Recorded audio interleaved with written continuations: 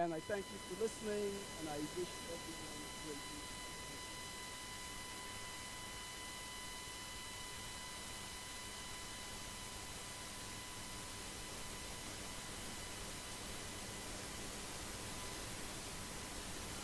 you. Good afternoon, everyone.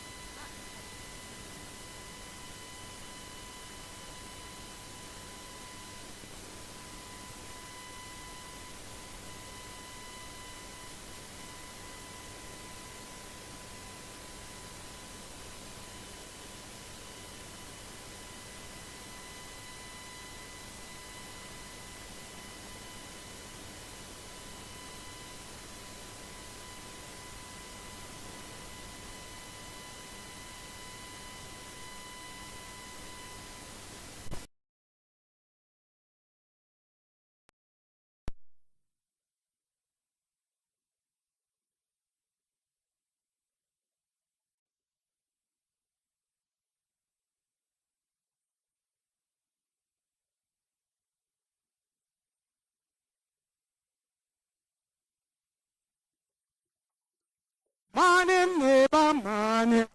Morning, neighbor, morning.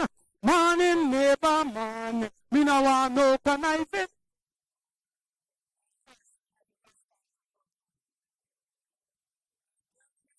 Participation.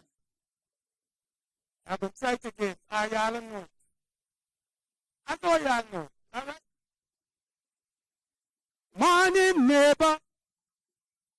Morning, neighbor. Morning, neighbor. Me no want no conniving. A 2 pound note and a guilder piece. A 2 pound note and a guilder piece. A 2 pound note and a guilder piece. You are the money what me work for. Morning, neighbor. Morning, neighbor.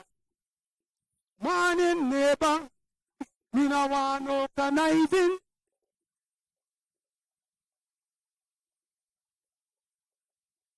Uncle Joe. Uncle Joe. Uncle Joe.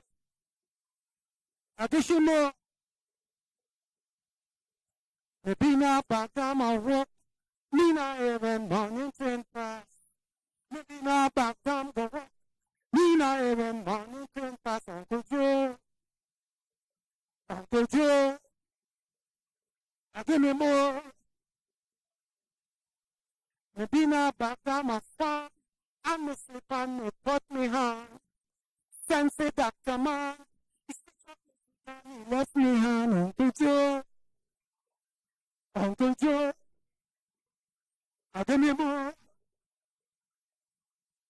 Me be na market and try. Me na get no man go see by. Go home and tell one lie. All them pick me, watch me and cry. Uncle Joe. Uncle Joe. Give me more. Uncle Joe. Right. Jane and guilty, and she think nobody likes me.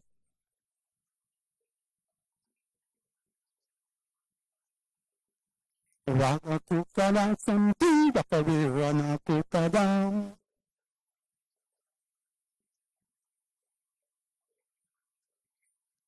Jane engaged, and she walked the village with style.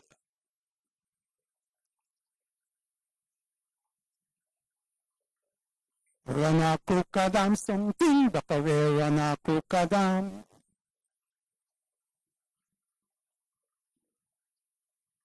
Yeah. I want to give you guys a little bit of rhythm, and I think we have like about another 5 minutes or so. And there's another poem I'm going to ask Brother Pablo to come and share. But everybody,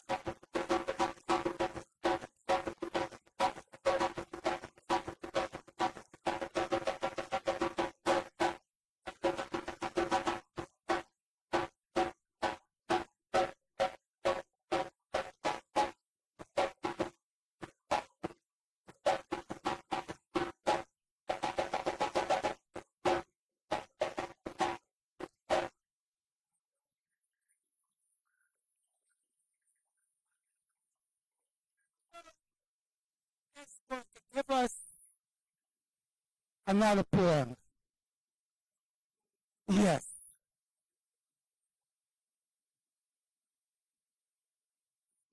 Thank you, Baba Menes. This poem is titled Mr. Daya, and it's dedicated to our ancestors. We must always venerate our ancestors because without them, we wouldn't be here. All right, it's done in Creolese, which is the official Creole language of Guyana. Ashe, Mr. Daya. Them lick up Baba Agba, drag him in chain across the big river, sell him like hog,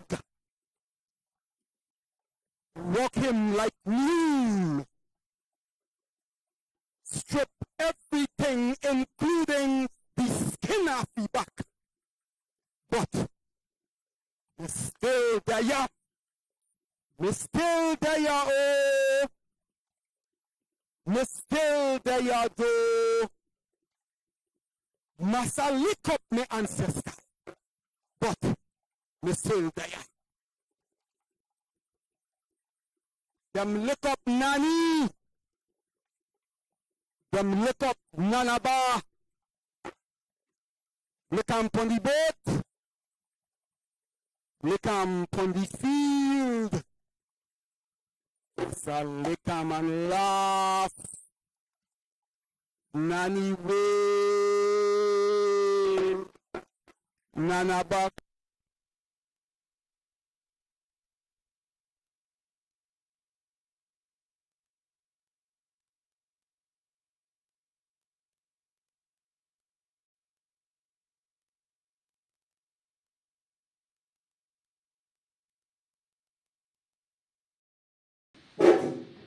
It's still there. Them look up coffee. Them look up banana. Spike them here on the road, Anna.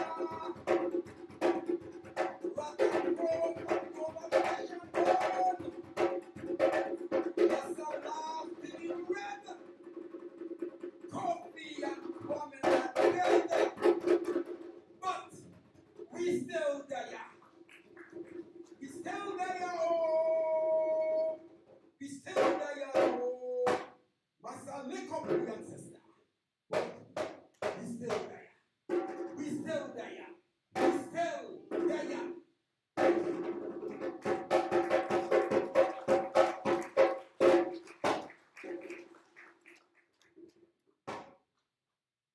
Thomas Smart wiping them fists. Matt Bingo, the Grove Marketplace. Them look at me all closed down with stain and soap, clean tube in the fourth-time ranking. Cast his eyes. He turned up his nose. He said, "You're a bad man, I suppose. Oh, I get some occupation. Be of some value to your nation." I said, "By God, in this big black hand, you must recognize a banana man. Down in the valley where the hills are cool, where mullet and jackal swim in the pool, I have 10 acres of mountainside and a baby for blunt. That's right. My time is up. Thank you.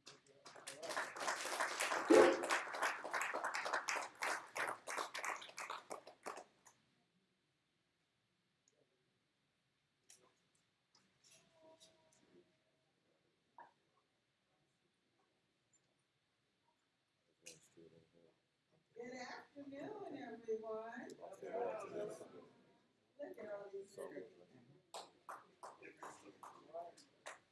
right, so at this time, we're going to invite the Honorary Council to opening remarks.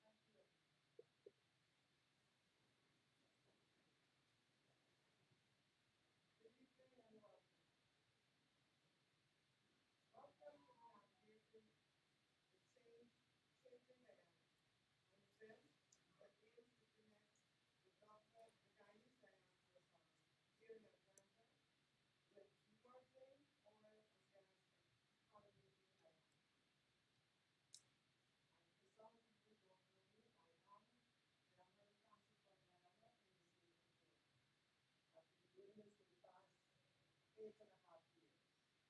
I'm pleased to do it and continue to do it. I see some of my bosses are here. Welcome. Some of my former bosses are here too. Welcome. Colleagues and dignitaries, all welcome. Dr. Griffith, good to see you. As the Honorary Council for Guyana, it gives me great pleasure to see such a wonderful turnout for this important event. I know Guyanese would like to come up for the big deal. And I guess the music got us a little going as well. I would like to first extend a warm welcome to all those who have traveled from Guyana and other parts of the country to be with us today, to share their experiences and expertise with us. I give you that for Exxon. Thank you. It is no secret that Guyana has been making waves in recent years with the discovery of significant oil and gas reserves, as we call the new Singapore. That's what I was told every day. I am told every day that we're the next Singapore. I don't know the way to see. The newfound wealth presents both opportunities and challenges for Guyana and its people. And for Guyanese living near that land, it offers a chance to connect with the homeland and contribute to its development. As we navigate the change that comes with the emerging economy, it is important that we work together, both here in the diaspora and in Ghana. This event aims to facilitate those connections and discussions.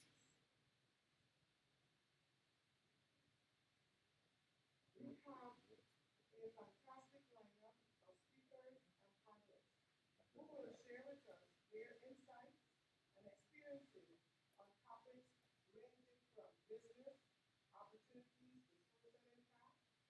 I encourage all of you to actively engage in this meaningful dialogue and to take advantage of the networking opportunities available.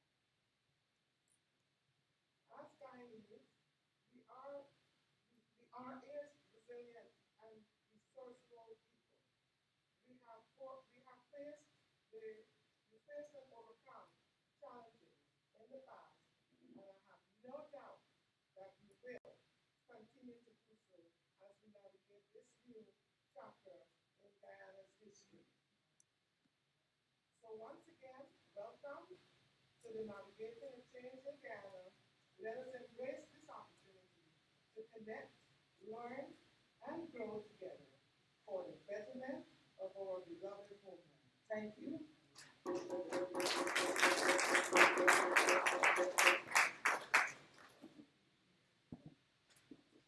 Thank you, Honorary Consul Jacobs. That was very effective articulation of why we're here. I'm Terrence Blackman, the founder of the Guyana Business Journal, and today we're being hosted in some sense by the Guyana Association of Georgia. And the person who leads the homeland and international community of the Guyana Association of Georgia is Ms. Stacey Mollison, who perhaps needs no introduction to anyone in this room. And so I want to welcome Stacey to offer some remarks of welcome and greeting. Stacey. Thank you, Terrence. We're so delighted that Terrence decided to partner with the Guyana Association of Georgia to do this event. The Guyana Association of Georgia has been a stable and necessary organization supporting Guyanese in the diaspora here in Georgia. In 2018, we formed the Homeland and International Committee, specifically with the purview of making sure that we engage connectivity here in the diaspora as well as back home. I've been leading that effort, and it brings me joy to be able to continue to provide forums like this where we can disseminate information and we can activate people to make a move. I want to recognize at this time the president of the Guyana Association of Georgia, Ms. Merlin Osborne. Can you stand, please?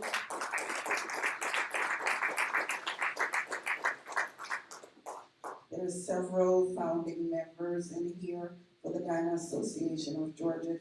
Could you please stand so we see who you are? Come on, Conrad.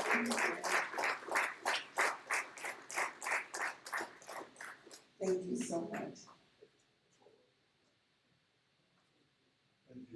Thank you, Stacy.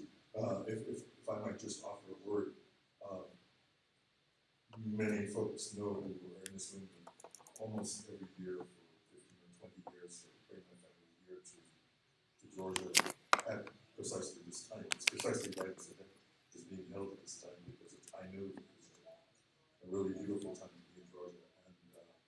And part of the reason that we did that was because of the sort of cohesive and the organizational strength of the Guyana Association of Georgia. You know, the family fun day, the other events that they've done. And so it is no accident that our partner in this endeavor is the Guyana Association of Georgia. I'd say much more about it, but I will. One of the other partners of the Business Journal in this context is the Caribbean Policy Consortium. So the Caribbean Policy Consortium is probably a think tank, kind of thinking about the challenges of Guyana and more broadly the Caribbean basis, and thinking about the kinds of solutions that might be appropriate. So I wanted to ask former DC Professor Michael Roy Griffith to bring a word of welcome on behalf of our partners, the Caribbean Policy Consortium. Professor Griffith.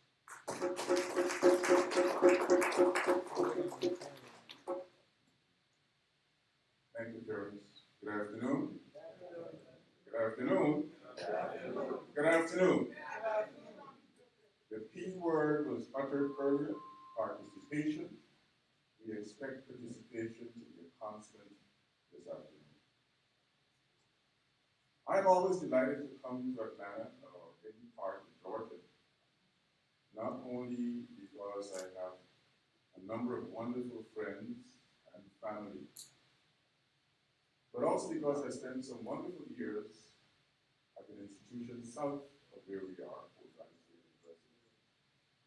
I'll tell you, it was only last Sunday when our family was planning a family gathering this weekend.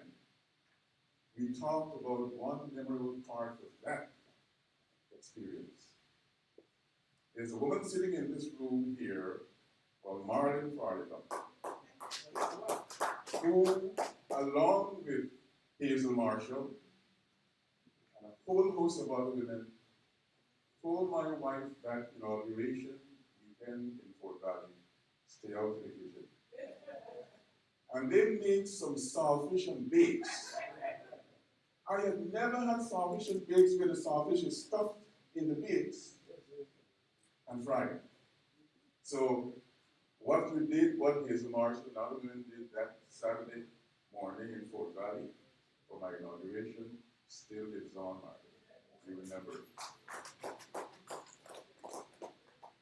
Terrence mentioned the partnership with the Caribbean Policy Consortium. But I want this, before I take 2 minutes of my 4.5 Guyanese minutes to say anything, to ask us to give a round of applause to the work of Terrence. Not only in this forum, but forums held in Brooklyn, in Miramar, in Washington, D.C., and I know there'll be other forums in different parts of the diaspora of the United States that will be outstanding work. And I sometimes worry about whether his day job is being neglected. But I know he knows better than he neglect those students and his research at many other colleges. CPC started a few years ago, bringing together a number of academics, businessmen, people who are in the civic world, around the notion of enabling better conversations and policy advocacy on behalf of the Caribbean in Washington and in other parts of this hemisphere. We do our work through partnering with other organizations. GBC, Guyana Business Journal, GBJ is one of those. We've got a partnership with the University of West Indies, both the Ramford Center in Barbados and the IIR in Trinidad and Tobago. We have a partnership, matter of the first partnership is with an institution where I spent 12 years of my life, Florida International University. But we agreed a couple months ago that we need to extend the CPC membership, the fellows. And we're delighted now that Ambassador Cincinnati is a CPC fellow. We brought a number of fellows from Haiti into the fold, broadening the ambit of the consortium's fellowship so we can extend the work that we do to various parts of the hemisphere. And so I just wanted to record my appreciation to Terence and the Guyana Business Journal and to encourage us to exercise that participation this time and in subsequent organizational events that Terence organizes. Thank you.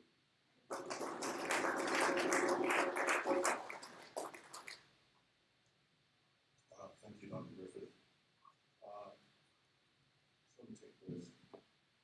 So I wanted to just give a sense of how we're going to proceed.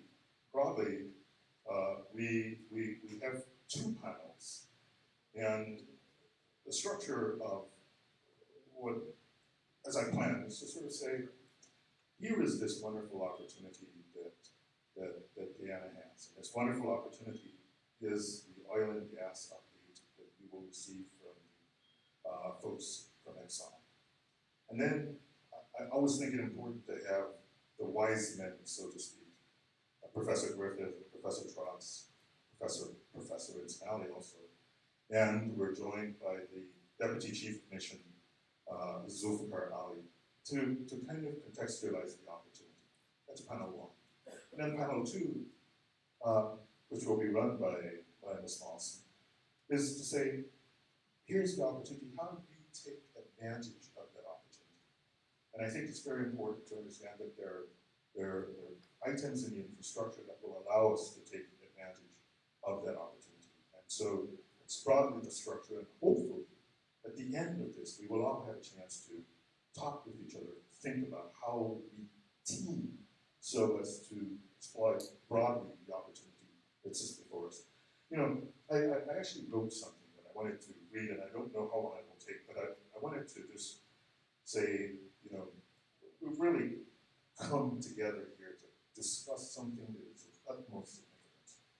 And I had a long spiel written up, not too long, but I'm going to skip the spiel and just simply say a few personal notes.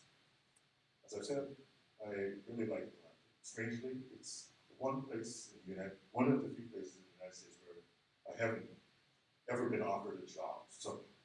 And so I've never had a chance to move. But Professor Griffith was just describing the various aspects of the life.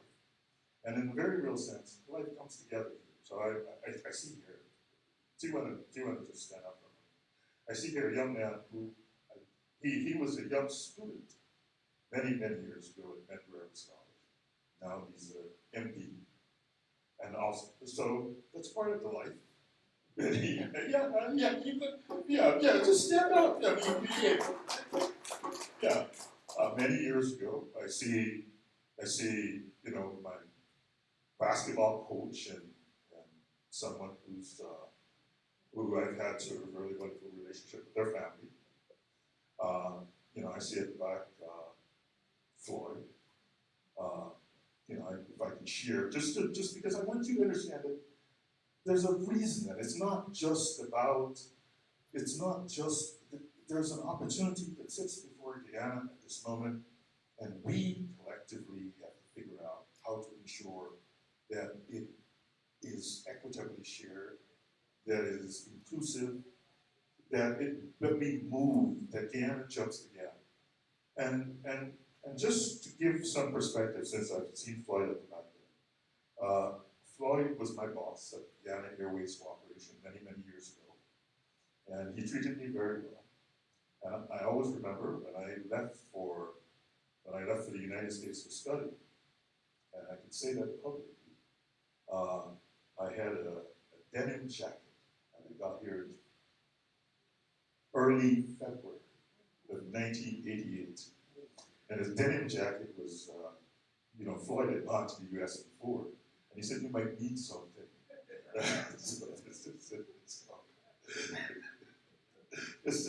So this is the kind of, folks who are here, like Nigel Kelly, my friend for many, many years, Anthony Todd, and many, many, many other people who are here who I've known for many years. So this is not an effort of, some personal, it's just a sense that we have in this room some of the best of Guyana, and we have to figure out how to bring these things together in a manner that works for Guyana in a substantive way. And there are many challenges and many difficult conversations to have, but we have to have them with each other in a robust and rigorous manner, but I think always in a respectful manner, recognizing that we each bring strengths to the table. Right? You didn't know that young man sitting next to you was one of very serious doctor. No, you knew. And we see each other in the street and we pass each other and not fully appreciate the talents that we bring to the table. So, with that said, I want to now come to someone whose work, who has been at the forefront of the diaspora engagement. Former Ambassador Guyana. He has engaged in this and tried many, many years, many different angles to figure out how to do this right. And so I want to invite him to come to kind of invite the first panel, and we will begin our activity. Dr. Islam.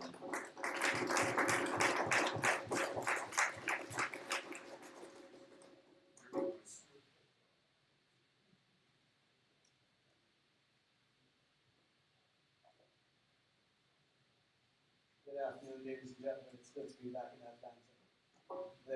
The last time I came was as a guest of the Guyana Association of Georgia, and that was pre-COVID, and a lot has happened since then. But, unfortunately, Terence didn't tip me off to the real reason for coming here that he had, which was to have a good party weekend with you all. So my plans, unfortunately, have me be partying tomorrow. But I'll have a quiet word with him afterwards because he's let me down. Obviously, he wants to enjoy all that you have to offer by himself. I'm not surprised he hasn't been offered a job in Georgia. But seriously, it's a pleasure to be here, and I'm delighted to have been invited to moderate the first panel. As Professor Griffith said, I'm a fellow of the Caribbean Policy Consortium, and we find it a great honor to partner with the Embassy General and with the Guyanese diaspora in trying to advance a conversation on the changes taking place in our beloved homeland. This discussion will be, in the first part, an attempt to give you, from the folks at Exxon, an update on developments in Guyana, which are changing every day at a rapid pace, and then to provide some context from the point of view of education and environment, the two E's, as Professor Griffith has said. In that respect, my job is very simple. I will simply invite the distinguished panelists to come up. I'll try to move things along, and then we'll try to make the conversation as interactive as possible with your participation. Thank you very much.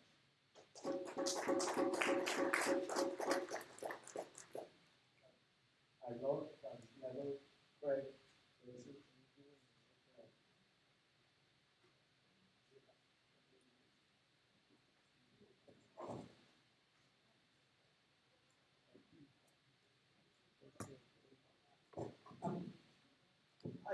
Zulfikar, will you join us, please? You're not on the program. I'd like to introduce Mr. Zulfikar Ali, the Deputy Chief of Mission at the Embassy in Washington. He's not on the program because I think it was a late confirmation, but we're honored to have him here, and he will be a discussant. After the presentations, I'm sure he'd like to have the opportunity to give some feedback on behalf of the government of Guyana.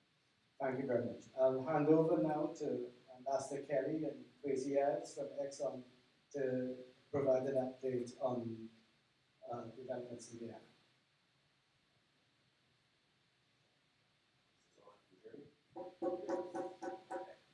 Thank you very much for the invitation. It's great to be here with all of you today. My name is Craig Kelly. I'm a retired U.S. diplomat, and I now work in ExxonMobil's Washington, D.C. office, where I look after international government relations for the company. I've had the pleasure of traveling to Guyana for over 10 years in this capacity after I retired from the State Department and worked for ExxonMobil. And 10 years ago, when I was in Guyana, our office was a suite at Pegasus Hotel, where our one country manager not only lived over the store, he lived in the store because the office was next to his bedroom in the hotel. It was ExxonMobil Guyana in 2013, 2014. When I would go down at that time, I used to enjoy going out to some of the schools where we were giving support for STEM education, because even long before we made an initial discovery of oil in Guyana, we wanted to start building a relationship with the people and the government of Guyana, because we knew that geology and God and the people and the government of Guyana really, we could find something, and we've been in the country for a long time, making friendships and partnerships for the last generations. In 2015, after lots of scientific research, including what are called seismic surveys out of the ocean to see what might be rock far beneath the bottom of the ocean, ExxonMobil drilled its first well called the Legion 1 well, and made a significant discovery. At that point, our CEO challenged the company by saying, look, this looks like it could be significant. We're not sure. We have to do further testing. There are called appraisal wells and so forth.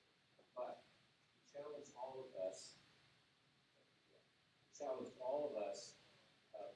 to work with people of Guyana to help make sure that the country succeeded if the oil and gas development were indeed to prove successful. Because we all know that there are countries around the world that have not been successful at this, and it was our commitment to work with the government and the people to do everything we could to not just extract oil and gas, but to work with people in many different ways to help ensure that there was economic and social success based on the newfound wealth that the country was discovering. So at that time, we began developing a lot of programs, as I say, beyond the extraction of oil and gas, to work with in education, health, and many other areas with our partners in our project, which are S Oil Company of the United States and SEMA of China.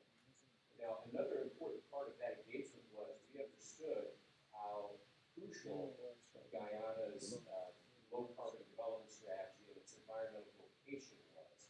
And so we developed many programs from forest conservation to working on limiting emissions in our own operations at sea, to try to be fully in line with the government's commitment to its strong environmental vocation. Guyana, as you know better than I do, is very proud that it has roughly 87% of its territory is untouched tropical rainforest. The country has wisely preserved this as a contribution to the world in terms of control of carbon emissions and what is sometimes called the carbon sink, bringing those, absorbing some of that carbon to the benefit of the planet. And so it's our goal to be as respectful as we can of that commitment, to work with the government in many, many different programs to ensure that, as the government has said, the country remains net zero in terms of overall emissions, even with the development of oil and gas. So that is something that we take very seriously. In fact, our CEO has challenged the entire company that we, in our own operations, will be net zero in terms of carbon emissions by 2050. That means in all of our assets, including Guyana. So that's a very strong commitment that we have. Professor Griffith and our friend Menace, thanks. Menace for the great news. I always love to hear that. The both of them mentioned the word, the key word participation. I'd like to stress another one, which is partnership. Our ExxonMobil's view is that we have a partnership with people of Guyana and in the last long time, along with our other partners in the oil and gas project. And one of the reasons we wanted to be here tonight, and with my colleague Quasi, who will go through some video and some slides to talk about the project, is to make you as familiar as possible with what we're actually doing and how we got to this point, going back, long before, ever since we had a license in the country, which was 1999. So we want to give you some of that introduction. Just a few basics, because I know that your knowledge of the oil and gas sector, I'm sure, varies in the room. Some of you know a lot, others perhaps less so. Just a couple of basics before I turn it over to my colleague. Big projects like this typically move through three major phases, and they're called exploration, development, and production. Exploration is the long process of looking for and hopefully finding oil and or gas resources. That takes many, many years. It involves all sorts of scientific surveys, including in the last phase what we call seismic surveys, where boats go out over the water with sonic buoys and send sound waves deep into the rock below the ocean floor, so that geologists through computer technology can read, get sort of X-ray, if you will, of the subsurface and decide if it appears that there is a reasonable prospect to find oil and gas. Now, we did this over several years before our initial discovery in 2015, and in fact, at the time we had a different partner. Our partner was Shell Corporation, and Shell decided at the last minute that they were going to exit Guyana, exit the project, because they thought it was too much of a long shot. That the chances of finding something were limited, and they decided to get out and focus on other projects around the world. So at that point, we had to go out and find new partners, which we did. S and a company called Nexen of Canada, which was later bought by Siemens of China. So those are our partners today. So in 2015, as I mentioned, based on the seismic surveys we had done, we decided, okay, we will go ahead and drill the well. We drilled the well, and sure enough, it was very promising. So that's all part of what's called the exploration phase. As you continue to evaluate what you have found, because many discoveries are not actually commercial, and so companies will abandon the well and go away. We decided, after a couple of other wells, that this did look like a very promising prospect, and we were going to develop it. That leads to the second phase. With development, where you start building all of the technology on the ocean floor through robotics and other mechanical means, plus the big ships that come in to actually do the drilling and to create all the wells that you need, not only to extract oil and gas, but to re-inject gas and water to keep up pressure in the reservoir so that you can keep producing. It's a highly technical process. It's major equipment costing billions of dollars. And that was all done in what's called the development phase. Once the development is done and the ship is there and it's hooked up to all the below-ground equipment, and you'll see some of this in video, then you start actually producing oil and gas and the resources and the money comes in to the government and to the partners in the project. And so that's the third phase, production, where you're actually producing. Now, in Guyana today, we're still doing all three at once. In other words, the initial explorations that were successful, that led to development, are now producing. We have other developments which are ongoing, and we have others that are planned in the future. So all three phases are going on at once. It's a very complex operation, a very busy project. Lots of geologists and engineers supporting that. Many of the people working on this project are Guyanese. Very about enhancing what's called local content of our operation in Guyana. So as many people in Guyana are participating as possible.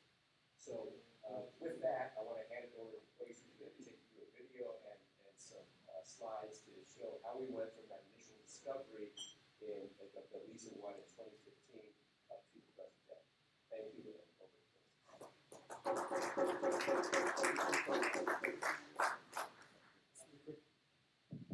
Thank you very good evening, everyone. My name is Casey. I'm the lead advisor for ExxonMobil Guyana. This is my first time in Georgia, so it seems that I came the right time. Ambassador, I'll have fun with you. I was actually planning on heading back tomorrow and doing a very long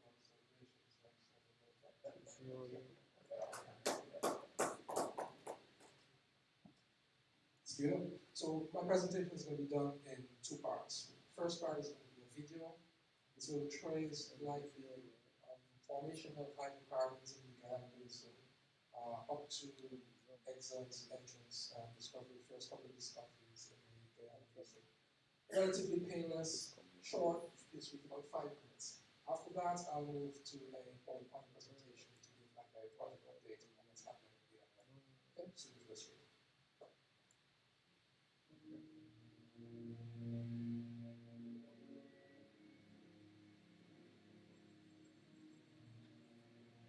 Sitting on the northeast shoulder of South America is the Cooperative Republic of Guyana. Meaning land of many waters, Guyana is the southernmost English-speaking state of the Caribbean community. It is one of the world's most pristine natural habitats and has one of the highest levels of biodiversity. But the Guyanese population of 800,000 also has riches that, until now, have remained hidden, offshore. To understand Guyana's present-day opportunity, we need to travel back through the mists of time to over 250 million years ago, when our world looked very different. The supercontinent of Pangaea was being pulled apart into the landmasses of North America, South America, Eurasia, and Africa. A part of the new ocean that was created is the Guyana Basin. And it is here that the ground was laid for today's exploration success. The British submarine canyon, as big as the famous Grand Canyon, provided a highway for sediments flowing into the deeper ocean. Thousands of cubic kilometers of sand were deposited in the Guyana Basin. Some of these sands were destined to become the host rock of the modern-day Liza Field. The reservoir sands were then covered by more than 3,000 meters of sealing muds. Slowly, over millions of years, oil, created by the cooking of marine organic matter, migrated into the porous sandstone. Then, in the 21st century, 3D seismic illuminated its existence. Exploration was then intensified to further understand the potential of the Guyana Basin. With its partners, ExxonMobil undertook its largest ever proprietary 3D seismic survey. The Liza-1 exploration well discovered high-quality oil trapped in the pores of the sandstone. A year later, a second well, Liza-2, helped to confirm the size of the Liza discovery, estimated to be between 800 million and 1.4 billion barrels of oil equivalent. The oil-bearing sands are buried some 3,600 meters under the seabed, in a water depth of approximately 1,700 meters. The Liza field lies around 200 kilometers from Georgetown, in the Stabber Block. The initial phase of the field development plan calls for 2 drill centers linked back to a floating production, storage, and offloading vessel, or FPSO. Around 17 wells will be drilled into the reservoirs. About half of these are production wells, taking the precious hydrocarbons up to the surface. The other half are water and gas injection wells. As the reservoir is depleted, the pressure drops. Water and gas injection helps to maintain pressure and maximize oil recovery. The technology used here will set an industry record for deep-water gas injection. Umbilical lines subsea installation from the surface and deliver fluids to encourage the flow of hydrocarbons. Hydrocarbons travel from the trees through manifolds and into flow lines before risers take the fluids from the seabed up to the FPSO.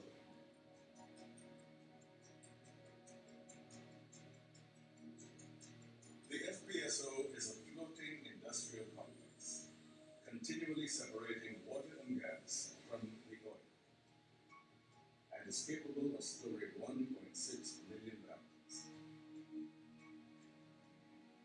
Tankers visit to export Guyana's first oil to market. By the middle of 2020, the Liza field plans will have become a reality. The development will keep delivering its valuable commodity over a further 2 decades, providing a new source of prosperity for the people of Guyana.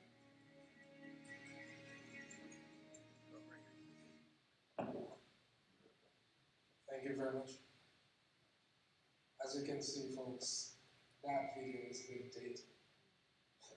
Since 2019, this was produced, there have been more than 30 discoveries within the starting block. Yeah. That's more than 30.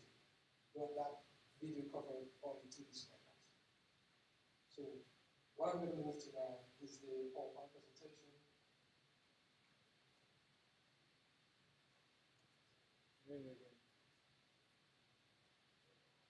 Yes.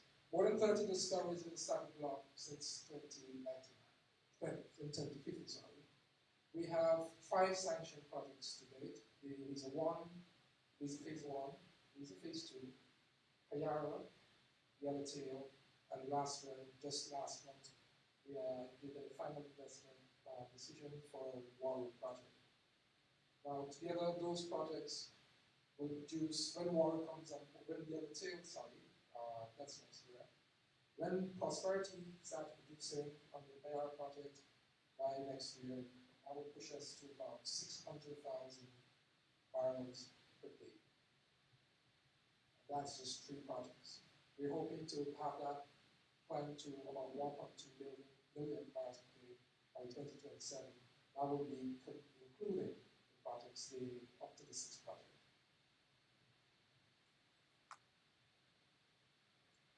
Guyana.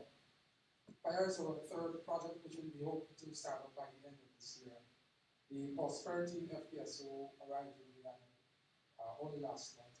Right now, it's doing the initial hookups of the surf lines and chemicals to take up the fluid to the vessel and the injection lines to the well to pilot pressure. That will have a capacity of 220 barrels per day, 220,000 barrels per day. Our 4th project is the Yellowtail project, which will be utilizing the One Guyana FPSO. Right now, that dock is in Singapore, putting on the top side. So right now, that's basically just the vessel, the boat vessel, and you have to put on the special engineering equipment to produce the oil. So that's why we're doing that right now. The Yellowtail and the one before, Prosperity vessel and the One Guyana vessel, both of those vessels have had local participation in fabricating some of the top sides. So there's 2 local companies on Prosperity work, and Prosperity fabricating parts for that vessel. There are 3 companies working on the One Guyana vessel doing fabrication. The Yellowtail project is looking to start up in 2025.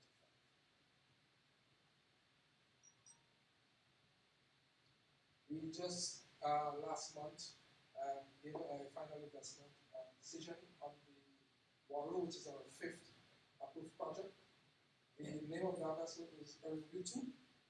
That's Warrow word, an indigenous word. Warrow meaning abundance, and that was chosen by government to give honor to the indigenous people of Guyana. We're targeting 2026 to start production with that vessel, and that will have the largest capacity to do the barrels per day. That vessel will be constructed by Kodak, which is a Japanese shipbuilder, instead of SBM, which has built the first four vessels will be by SBM. The fifth one will be built by Kodak. I think competitions with the business. Now, the gas and energy project. These photos here, I actually visited the site on, I think it was the 20th of April, as I took these photos.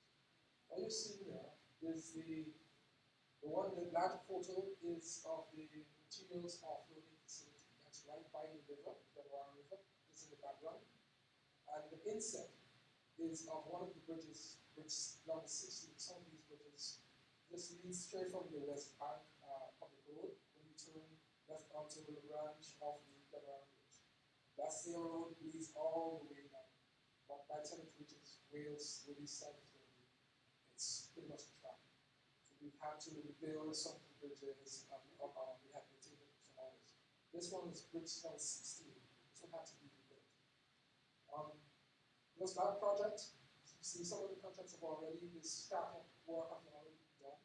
It's which the grounds have been cleared, and it's now we are waiting a final investment decision for this project. Why that has not been granted as yet is the project life runs beyond the lease field approval. So this is a 20-year project, and that would have gone beyond how long the lease field is approved for.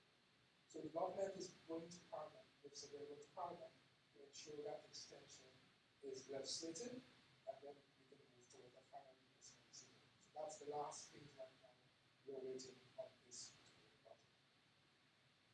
Exxon will be building the pipeline on the GT project, and the government will be taking care of the integrated plant, natural liquids plant, and pipeline, just the pipeline. Now, some local content number. Over 5,000 Guyanese are part of the oil and gas sector in Guyana right now. That represents about more than 65% of the actual total labor force supporting oil and gas in Guyana. And just last year alone, we spent, ExxonMobil and its supporting partners spent over $400 million just last year. That's $400 million of $900 million spent since 2015. And the reason for that sudden uptick is that we have a lot more projects coming on stream lately. The GTP project that's been coming on stream. There's a Vessels Really Hope show-based project that's coming on stream. There's the startup of a second FPSO, the Unity last year. So that comes for the uptick in spending that we saw in 2022. And that brings me to the end of a very quick presentation. Thank you. Thank you very much, Craig and Tracy. I think we'll move right into the other presentations, and we'll take questions after everyone's had a chance to speak. Professor Griffith needs no introduction to you, but you've got his bio on the program. Did you want to sit down after or okay. You will be taught this education and environment, especially with regard to the recommendation of the concept. Oil and water. All in one. But before I get into my presentation, let me just clarify for some and indicate to others. I'm not part of the astronaut program within the country. I had cervical spine surgery recently, and this is part of the rehabilitation. Just so you know. I thought it would be useful, actually necessary, in any conversation about pathways to progress, to focus on an important variable called education. I don't care what country we're talking about, what society we're talking about. Education has to be part of that pathways to progress matrix. And so I want to spend about 5 or so minutes sharing some of what we did when I was Vice Chancellor of the University of Guyana, to position the university to be able to enable the society to capitalize on the education And since I'm very big on alliteration, I want to share with you the 3 P things, letter P, that was part of our pursuit in the education domain at the University of Guyana to be able to make the appropriate contribution to the oil and gas pursuit. Those 3 Ps are programs, partnerships, and positioning. Whether it's oil and gas, or agriculture, or sci-fi, no university can make a contribution to the pursuit of whatever that project is unless you have degree programs. And so we undertook to establish a number of degree programs, I'll tell you what they are in a minute, as part of that program's pursuit. We established an associate in science and industrial engineering, in mining engineering, and in petroleum engineering. We created a bachelor of engineering looking at applied and exploration geology. In a partnership with the University of West Indies, about which I'll speak in a minute, we created a Master of Science in Petroleum Engineering. And thanks to someone in this room who connected me with some other people, one gentleman came down from the University of Delaware and began to work with us in creating a master's in chemical engineering. Sadly, he died last year. So the programmatic element is a critical element, and I'm delighted that the university, since I left as Vice Chancellor, is going full steam ahead. We recognize, though, that the nation of Guyana had had a long-standing deficit in some critical areas. You can't do engineering without proper math. You can't do engineering without proper physics. And so we began, and this gentleman, Terence Blackman, would come down in the summers to run math institutes for us, to position ourselves to be able to build up the capacity to do better math and better physics. So those are some of the vignettes in regards to the programmatic element at first. What about the second P?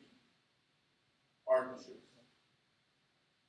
There's a gentleman in this room called Vincent Adams.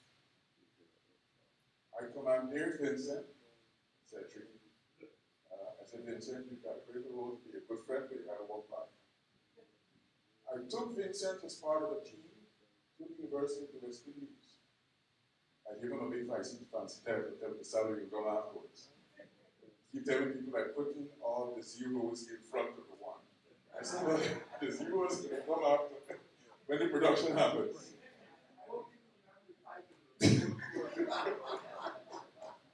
The title was Watermelon and Zeros. And we launched a partnership with the University of West Indies in Augusta. As a matter of fact, early this month, someone sent me an article, I think it's the Daily Express of Trinidad. I don't know if you saw it, Vincent. They did a big article about the University of West Indies partnering with UG. And the front page is a picture of myself and the principal of St. Augustine. We the ones who have started, and Vincent was part of that team that went. So the partnerships part was to enable us to do better programmatic delivery and better other things that we talked about. We established a partnership with FIU, where I spent a dozen years as a dean and professor. Another critical part of the diaspora at FIU was an important part of that, Norman Monroe. I brought Vincent down to do the first, when I got here, graduation address. Then I gave him the big one. I brought Norman to do the second graduation job. I said, Norman, your job is to help us to get accreditation. And I'm delighted that even though I departed, Norman stayed, and UG is now pursuing that accreditation with ADET. You can't have the credibility of having degree programs in engineering and not be accredited by ADET. That's an important part of the partnership.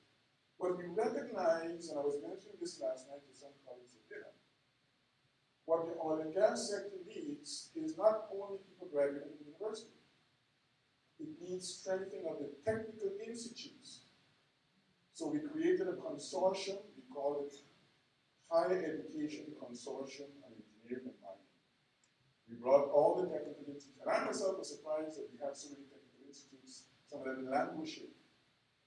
I knew the Gaisuko, who's been a long-standing one, knew the Linden, but there were a host of others in addition to the GTI. There were 18 altogether, and we launched that partnership in 2018. So the partnerships part of that educational delivery thrust is an important. Here comes to the final one. We thought it necessary to position the university differently in some respects. And so we began to do a renaming and rebranding. Vincent might remember the long, difficult chant we had. We don't want to change the name. What is Vice Chancellor? Welcome to change the name. He said we have to change the name to Faculty of Engineering and Technology. You can't have a Faculty of Technology. What's that? So we rebranded that, and now you go to University of Guyana. There's a Faculty of Engineering and Technology. We created the Department of Petroleum and Geological Engineering. Vincent was critical to helping us in that respect. But we also enabled us to tap into what the diaspora has had. And several from the diaspora, Vincent, Norman, Terrence, among others, were part of that, connecting to the diaspora to be able to deliver the positioning, deliver the branding, deliver the educational program. But I think it's important to note before I move to the environment. I recognized quite early that Guyana did not need to focus all its eggs in the oil and gas basket. So I said we need to be able to develop the capacity to do other things. We established a school of entrepreneurship and business innovation. And I tell you, even though that school is successful, we had a big expo early this month, I had a considerable amount of pushback. I don't want to do business school, why you don't send it to the UW? I said, we need to have our own business school. You can have a university 50-something years old, and you don't have a business school, and so we established it. I said, this country cannot afford to neglect its agriculture. And we established an Institute of Food and Nutrition Security that 2 weeks ago had a lecture. I'll tell you something about that. I took a team to Barbados as part of that establishment institute. The first day of that visit to Barbados, I was both exhilarated and dejected. I'll tell you what. The Barbadian University of West Indies connected us to a number of Barbadian agro-processing business people.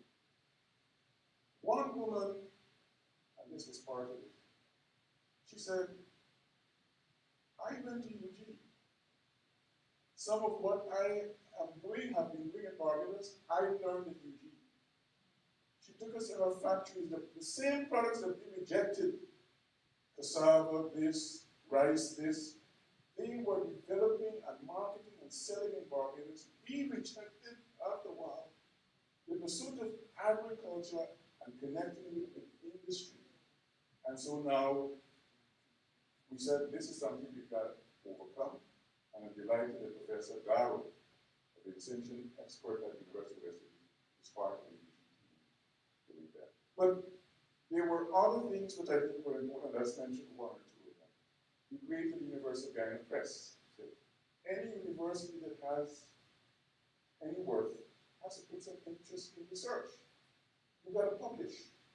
And a good friend of mine, Ian Randall, who's the Randall Publishers owner, he then called me and said, Abla, how can I help? I said, help me establish the University of Guyana Press. So we signed an MOU. University of Guyana Press is now established. All the back work is done by IRP. And the imprint of UG Press is there. A couple of weeks ago, we had a second diaspora conference. We started it a couple of years ago. We had over 300 people. One of the things, someone said to me from London a couple of weeks ago, Vice Chancellor, I'm so glad when you brought us down, you had us come down to that diaspora conference. You told us to go and visit Guyana. People went to Kaichor. People went to the Cameroon. People went to Berbice. Places that they had not known about when they were going up again.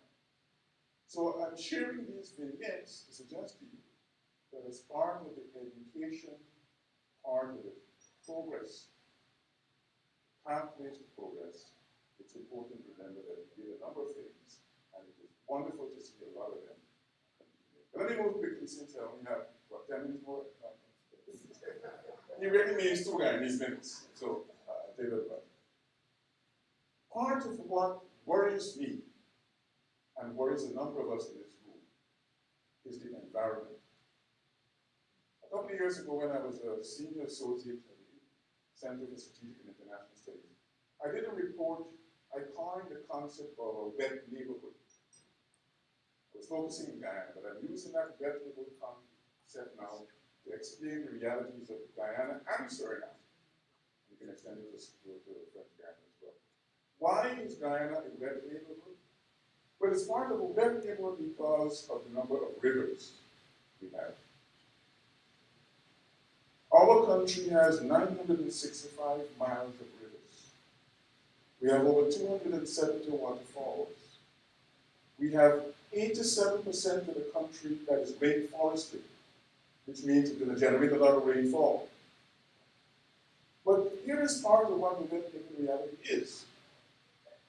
That coast that many of us enjoy, some parts of that coast 6 feet below sea level. And so for a long time, for hundreds of years, Georgetown in particular, and many parts of the coast extending beyond Georgetown, have been subjected to inundation from the Atlantic Ocean.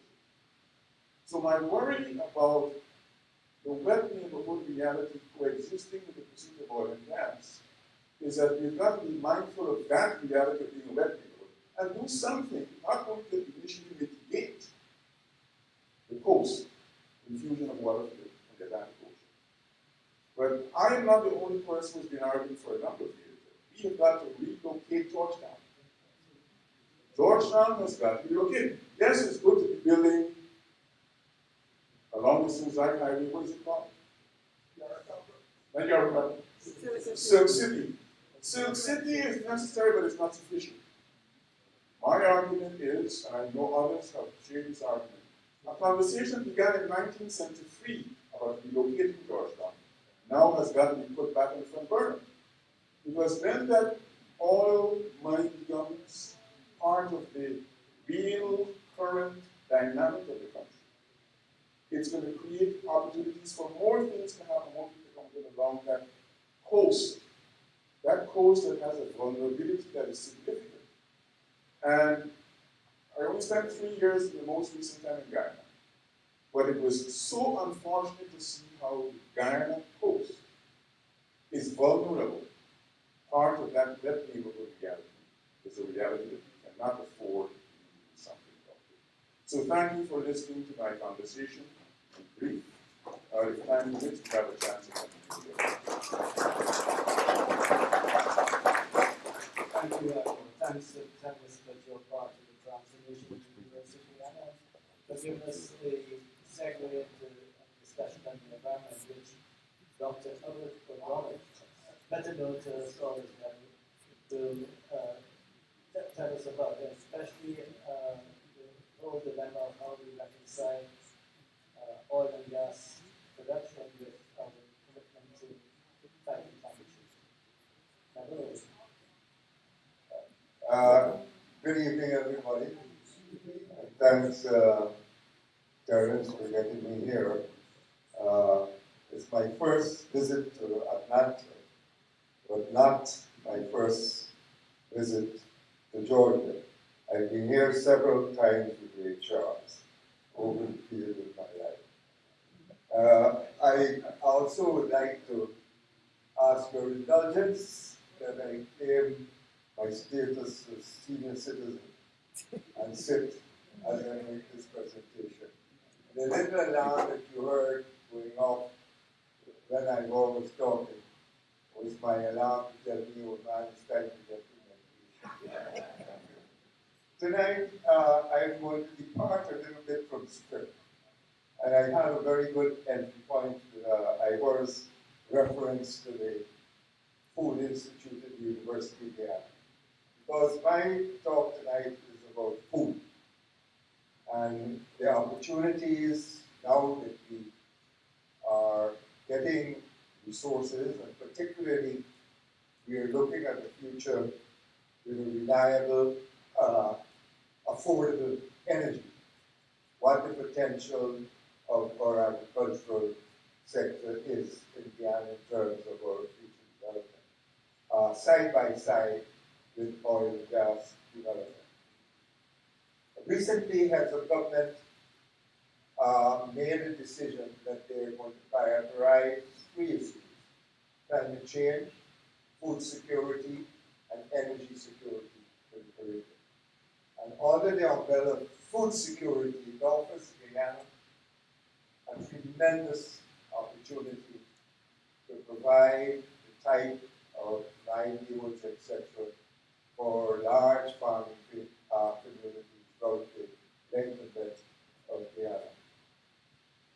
That decision was based on the fact that Guyana's, the Caribbean import bill for food in 2018 was over $5 billion US per year. In 2019, $4.7 billion US per year. In 2020, pandemic 3.9, but it's estimated that by 2025 it's going to be back up to 5 billion. And hence, made a statement that they plan to put in place actions that would reduce that by 25% in 2025. So here it lies a tremendous opportunity for employment generation, wealth creation, food and nutrition security, which is critical, and increased economic actions. I know if you look at the international press about hunger and episodes of drought all over the globe. If you look at what's happened with the Ukraine war, where fertilizer prices soared. In the 80s, they had a terrific drought here in the US. Wheat prices went out of the window, ending up with food riots in Haiti. So food is critical, and food security is a critical issue. And now I want to show you what the opportunities are with this new mandate for food security in the Caribbean. First, let's look at the low-hanging fruit. We're talking to the diaspora here, and you just have to look at the supermarkets to see the amount of the food we are familiar with that is in the market in the USA. But not from Guyana, from Central America, from as far south as South America, or yam, or cassava, no bean planted. So there's a tremendous opportunity now if production steps up in Guyana for making sure that some of that produce finds its way into the USA, North American market. Not only that, we were talking about Barbados a short while ago. They freeing up now that the heads have agreed that food security is an important thing, and Guyana, Suriname, and Belize will be the basket for the Caribbean. It will free up the obstacles we find in getting our produce into the Caribbean market. Do you know it's easier to get carrots and broccoli into Barbados than to get carrots from St. Vincent, the Grenadines, or any of the OECS countries in Barbados? These are issues that we have to deal with. Now, tonight, I want to focus, I guess at this time of the evening, you're a little hungry. So I can start with coconuts. Then the next thing is chicken curry. And of course, you must have some rice And for a balanced diet, I'm going to talk a bit about pumpkin and boron. So let's start with coconuts. Now, Guyana is rehabilitating the coconut industry. Right now, what we do mainly is to export walnuts to Dominican Republic for further processing. They process it, package it, and they export it. And to Trinidad and Tobago dry nuts for coconut oil, the old coconut oil as we know it. There are only 2 mills now, I think, very active in Guyana, one in Pomeroon and the Marach oil mills. We haven't been producing much coconut oil. But listen to this. For coconut oil, the whole produced coconut oil, the global market is 6.5 billion US dollars. For coconut milk and coconut cream, the global market is up to 2.9 billion US dollars. The notes mix up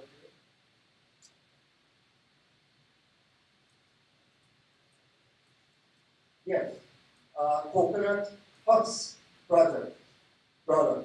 The global market is 525.7 million US dollars. And the husk, it is used, there's something called rubberized coil that finding its way to the automotive industry now. Now that they're talking about the green industry, they're looking at replacing plastic with natural fibers. And also something called geotextiles, which is used to stabilize eroding coastlines and stabilize land that is likely to have landslides. So that's the market there. Shell, coconut shell for charcoal, and particularly for activated charcoal, which is used in the gold refining industry and also very much in the water industry. 14.7 billion US dollars. But I'm saving the best for last. And I'm talking, there is virgin coconut oil, which Guyana produces a bit of it. 5 billion US dollars is now the market for coconut water. Yes, coconut water. The global market last year was 12.13 billion US dollars. And why? Because people like Coca-Cola and a few other large beverage manufacturers have been using the coconut water as the base for sports drinks. So that market is exploded. So right now, we're just sending our nuts to Dominica and to Trinidad and Tobago. With the energy revolution that we're seeing in Guyana, we can now internalize these activities and provide employment and revenue and for the farming community, the local farm. So this is an opportunity we should miss.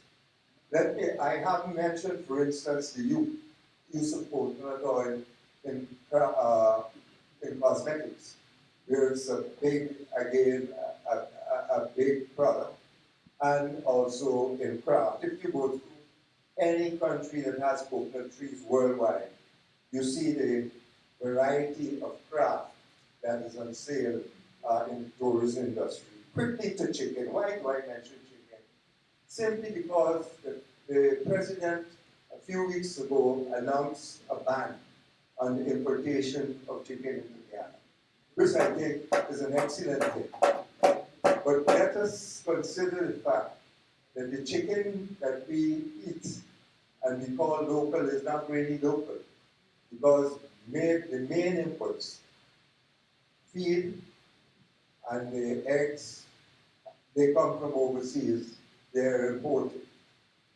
So we can internalize these. Now we need a boiler feeder program so that the basic input into the industry is generated. And now that we have established the feasibility of growing soya in Guyana and actually producing soya, we can start to integrate these into a local feed industry. With feed, we can produce the corn, we can produce the soy, we can also utilize our fish from the fish processing for fish meal as an input for the protein part of the meal. So the whole idea now that energy is not such a big factor. Why is it such a big factor in terms of the Caribbean? Is that we are what they call the most energy intensive region in the world, which means for each unit of GDP that we produce, the energy input is high. So we are not competitive in our service industries or manufacturing industries. And this is why energy revolution in Guyana is critical for our industrial development. So these are opportunities that are going to present itself. Curry, very quickly, curry. Ricks and Saris, curry, Bihari's curry. You know what? It's not a local curry. The chili pepper, the chili powder is imported. Turmeric is imported. We produce some of the best turmeric in the Pomeranian area, also ginger. And for chili pepper, years ago, when I was at the Institute, when we had the ban on several food projects in Guyana, we worked with the farmers. I went to Sri Lanka to bring back seeds, 60 milligrams of Pusa Jawala. Got our farmers to plant the chili, and we dried it at the Institute, and we produced all the chili pepper for the local industry during that ban. So that's a great opportunity now to integrate all these inputs back into the local production chain and provide employment and, of course, income for farmers.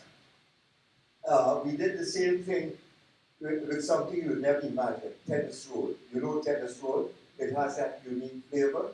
You know why it has that unique flavor? Lemongrass oil. The lemongrass oil was also banned.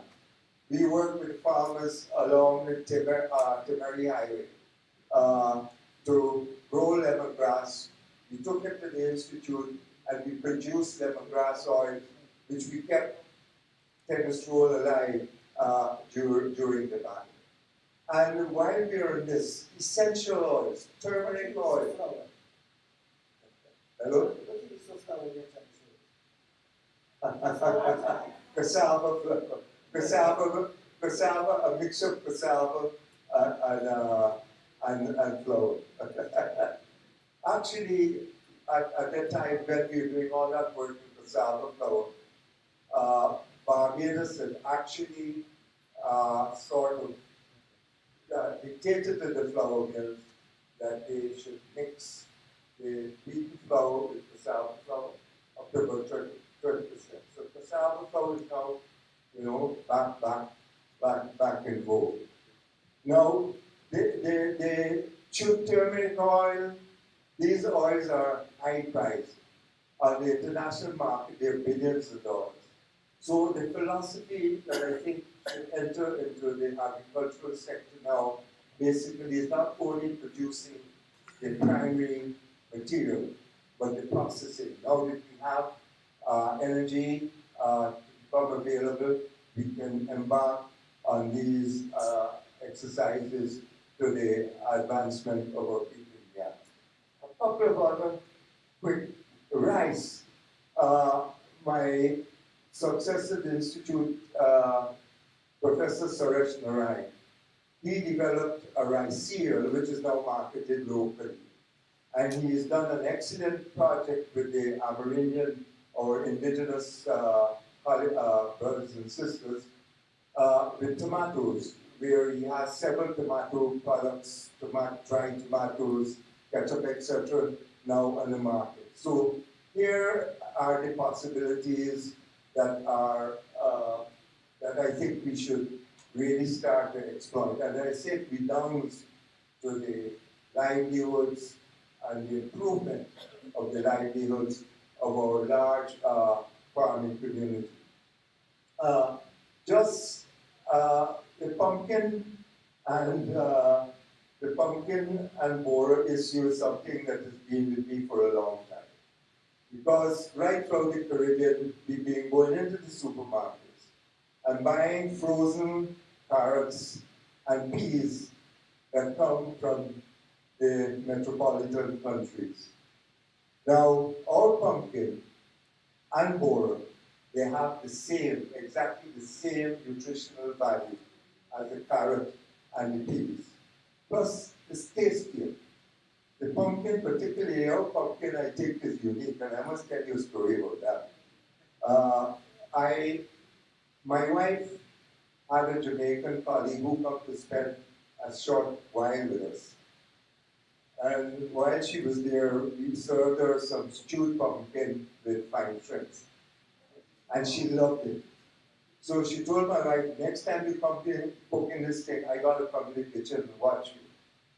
So they went into the kitchen and my wife cooked French finished. My Jamaican friend looked at her and says, when you gonna put any sugar? Pumpkin's so sweet. Now this is a tremendous opportunity for us basically to take advantage of the policy environment where heads of government are concerned about food security. Take advantage of the sort of coming together of the opportunities with the establishment of the Institute of Duty to provide the necessary research and technical assistance and affordable and reliable energy supply for us to really utilize agriculture. And a lot of people who talk about oil first talk about diversification.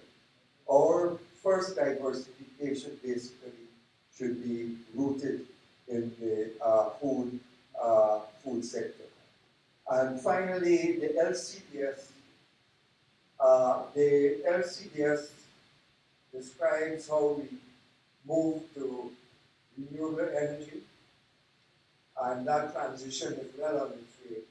It also speaks to how we build climate resilience in Guyana.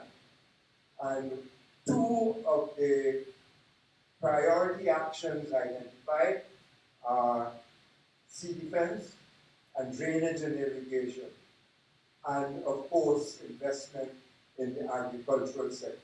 So the whole policy environment, I think, is in place for a revolution in terms of Guyana's agriculture, where we just not seen as suppliers of raw material for other people to sort of take advantage of the wider global market and value-added products.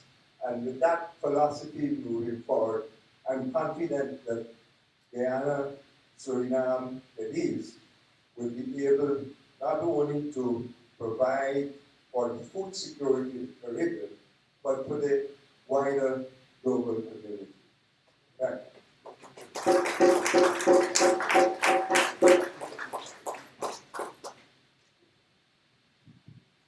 Thank you very much, Neville. Moving quickly along, I'd like to invite Zulfikar Ali to offer some responses to the various points raised by the presenters. And you have 3 minutes to touch on anything. Thank you very much, Ambassador. Good evening, everyone. I'm so happy to be here. I must commend again the Business Journal and the Caribbean Policy Consortium for this. This is the second event I'm attending, and it has always been great to hear the views and the comments. You've heard a lot about what Exxon is doing, and I think all of you are probably following what is happening in Guyana and where we are with that, so I wouldn't touch on that. But I would like to touch on 2 very important contributions. One that was made by Professor Igba. At the end of his presentation, he spoke about flooding, his concerns about flooding, which we all have, because you know how Guyana is. And I want to say to you, Professor, that you're absolutely right. And while we don't speak about moving the capital. We are currently, the government of Guyana is currently working on opening up the rest of the country. So right now, as we speak, we have a 4-lane road that is being built from Ogle on the east coast that runs parallel to the east bank to the Suicide Highway. Then we have another 4-lane that is being built over on the west bank of Demerara. We have the Minister of Finance last week signed a contract for the rehabilitation and expansion of the Linden Suicide Highway, and that will take us to Latham. And in Berbice, we're also going to start later this year a 4-lane. So you know the area from at the back of Buxton. It goes all the way to Linden. And you know the area from Ogle and the highway that I just spoke about. Imagine all of that land that is currently being made available. All of that lands are earmarked for housing development, for industrial development, for hotels, for new cities that will be built. And slowly we'll be moving the capital and the services of the capital away from Georgetown and spreading it out. The government of Guyana is currently looking at removing some of the ministries that we have in Georgetown and putting it along the Sheriff Mandela Highway, the new highway that was being built. So, Professor Aigla, I think everyone shares with you the concern of climate change and where we live and what happens when the rain falls. So, we're taking that step. And we just had a very good presentation about food security. And we all know the potential that Guyana has for food security. His Excellency President Ali is the chair for the CARICOM Heads of Government for Food Security, and Guyana is also the co-chair coming out from the Summit of the Americas for food security in the hemisphere. So the government of Guyana has been embarking very aggressively and very actively, and the speaker before me just spoke about many of the initiatives and the opportunities that are there for us to take advantage of. But I want us to consider a couple of things. Yes, we probably have the best fruits and vegetables in the region. Yes, we can supply the region and even North America with some of the best fruits and vegetables. But the issue we have is logistics. How do we get our fruits and vegetables in a plane or on a ship to Barbados or to Jamaica to be in the hotels by 6 o'clock in the morning? Because it comes all the way from Miami and from New York, and it gets there by 4 or 5 a.m., and it gets into hotels by 6 a.m., and the tourist gets to eat it. So there are challenges. Logistics is the biggest challenge that we face in the region. So if we can get some people to invest in logistics, shipping, air transport, and we can connect our countries together, then we will solve one of the biggest impediments we have for food security. And that is currently being discussed right now at the level of heads of government. They're looking towards identifying how we go about doing that. Then the second thing is the standards, the phytosanitary standards. So every country has a different phytosanitary standard. You go to Barbados, they tell you these are their requirements. You go to Trinidad, they have a whole host of requirements. But they come to Guyana and they eat the same fruits. But, to take it there, it's a different story. So we now have to formalize that within CARICOM. Here in the United States, we can't bring our mangoes and our watermelons and our tangerines and all of that. So we're working right now with the United States Department of Agriculture. We're working now with the various departments of the United States to identify what is the infrastructure that we need to put in place in Guyana so that we can export our produce to Guyana and to the US. And they're not easy things to do. It requires a total transformation from how we're farming, how we're planting our fruits and vegetables, to how we store them, to the proper cold storage facilities, to the facilities we have at the airport, to the final destination. So it's a lot of work that has to be done, but we are committed to getting there. We also spoke, and the last thing I want to talk about is energy. All of what we have said here boils down to one thing. As a nation, we have been unable to take the next step in our development because the cost of energy has always been an impediment to whatever we need to do. If we want to make ice cream, the cost of producing that ice cream at the end of the day will be more than what our counterparts in Trinidad will make it for. By the end of 2024, when the gas to energy project is completed, we would have solved that problem. So industries would be created. So everyone, right now if you go to Guyana, and you go to the villages, and you go to the hinterland, you will see wonderfully packaged products from, people are making from chocolates, they're growing strawberries in Guyana, and they're making produce that are wonderfully packaged, but the next step for that, which is to mass produce it, which is to compete with their competitors from all over the world. Energy is the biggest bugbear to that. So at the end of 2024, when we click that switch, you will see industries by Guyanese, industries by investors from all over the world who are currently looking at Guyana. All of our raw materials, our resources, they will now have the capacity to compete with anyone, anywhere in the world. And that will be a different Guyana. And before I close, it is something that we always talk about whenever we're at these type of forums.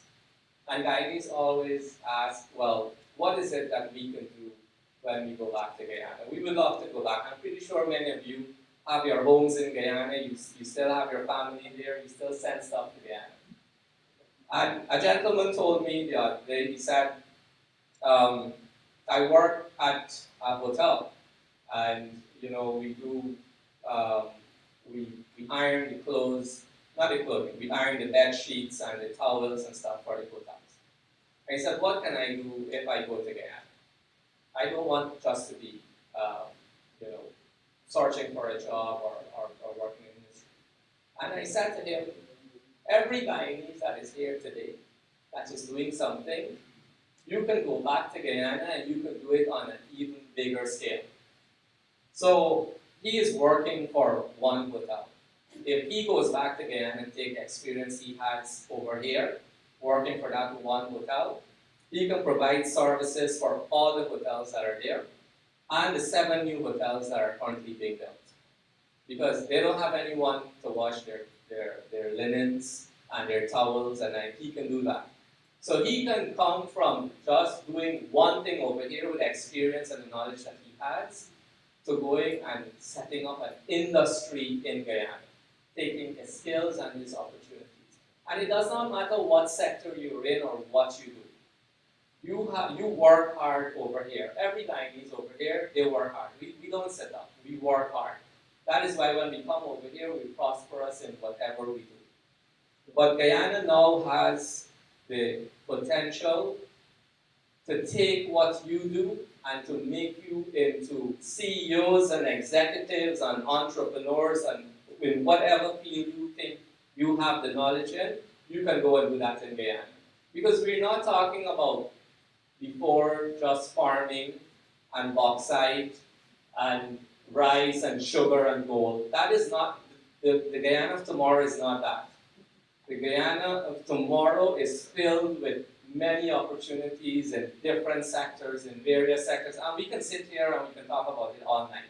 And I can have a chat with you about it after this. And we can talk about all the various sectors. And the speakers before mentioned it. The potential is there. The money that we're getting from our oil resources, the government has one policy, and they've said that publicly. All the resources from oil and gas is going towards developing all of the other sectors of our economy. And that is what we need to look at, and that is the opportunities that we need to take advantage of. So this initiative that's being done here, speaking to the diaspora, getting your views, hearing from you, what are some of the challenges that you have, what are some of the questions that you have, and also hearing from eminent speakers who spoke before me. And I can attest to some of the work that Professor Aibla did at the University of Guyana. When he hoard oil in 2015, he didn't just sit and clap his hand. He started to form new faculties because he knew what the future prospect is.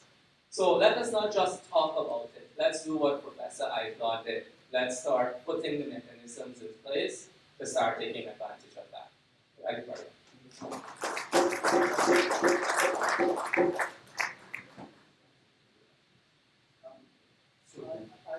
I think that you're telling us no time to Q&A and leave it for after the second panel. Yeah. I mean, I thank the panelists for their very informative presentations, and we'll come back to you all after the Q&A after the next panel. Thank you very much for your attention. That way.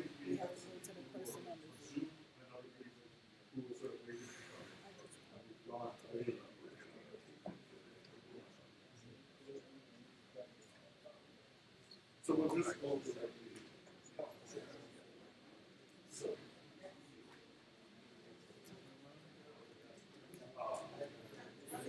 Yeah, my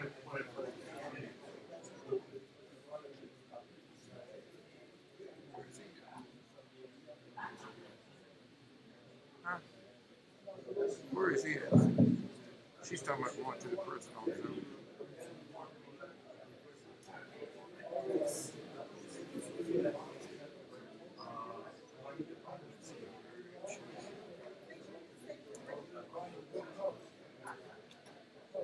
Yeah, we're just breaking for panel number 2, so you can't leave just yet. But we're saving the food until the end. So quick bathroom run if you want to do that, and then we'll get going on panel 2. Yeah, how are you doing? Turn it down for his mic. I'm saying, because they're just milling around. I need the mics. Yeah. There she is. So she's first up on this new panel, and then the PowerPoint for Alina Brock that comes from one is next after her. So I'm gonna have her, and I'm gonna introduce Alina.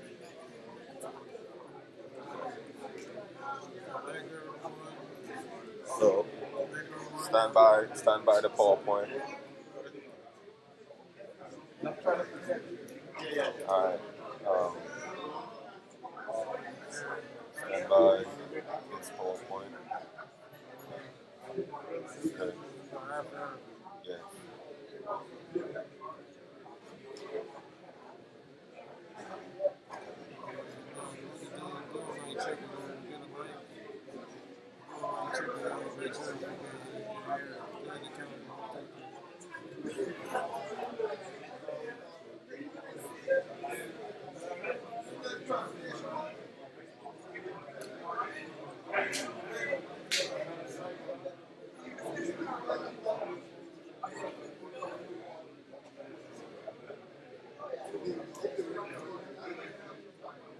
Andy?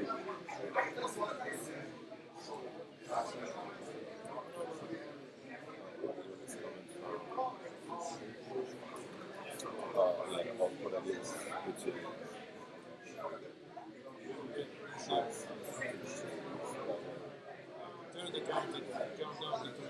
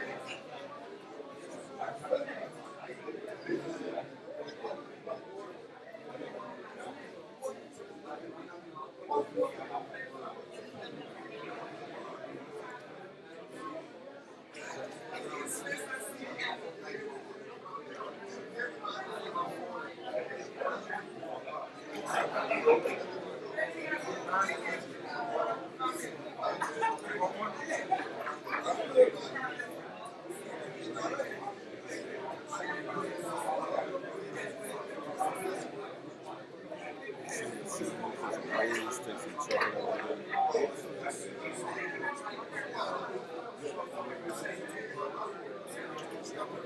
Do they have a logo or anything?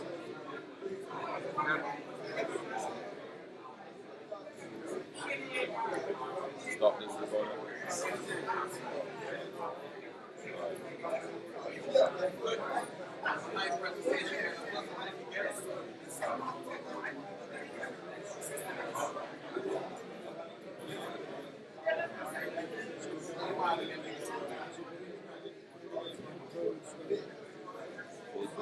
They always do that. So when you put them in front of them, you get them in front of the yard, and then when you get there, it's like you want stuff. And then it's always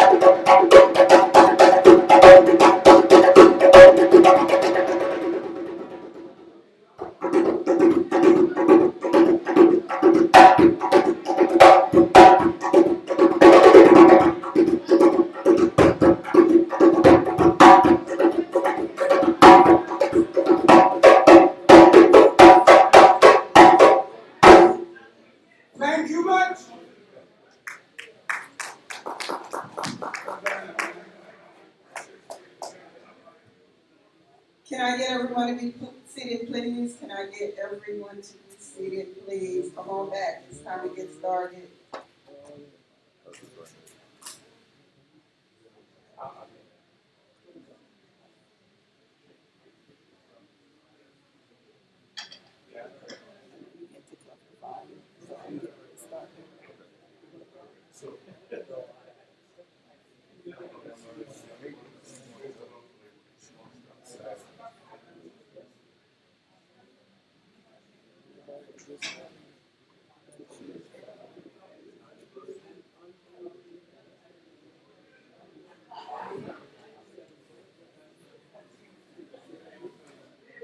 Hello, can we get everyone to come inside?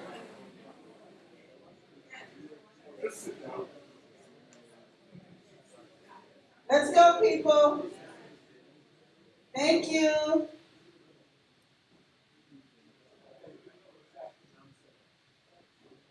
Thank you very much. Thank you so much.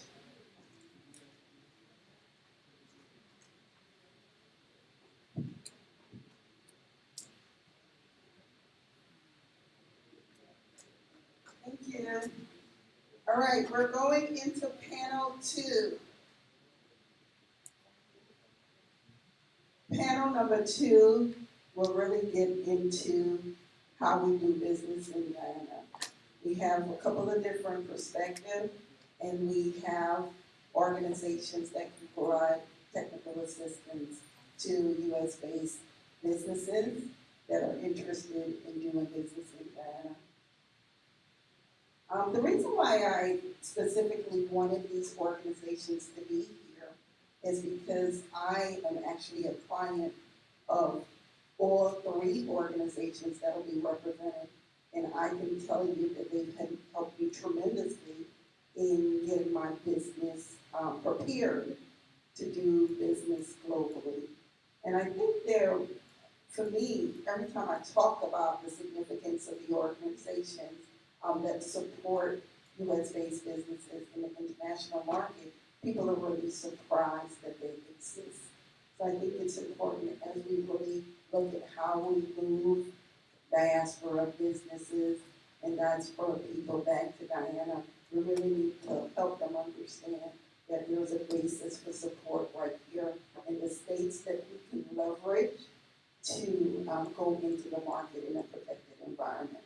So the first I'll let everybody just give a brief introduction of themselves, and then we'll start with U.S. Commercial Service. So I'm Stacy Mollison, President and CEO of Lever Management Group.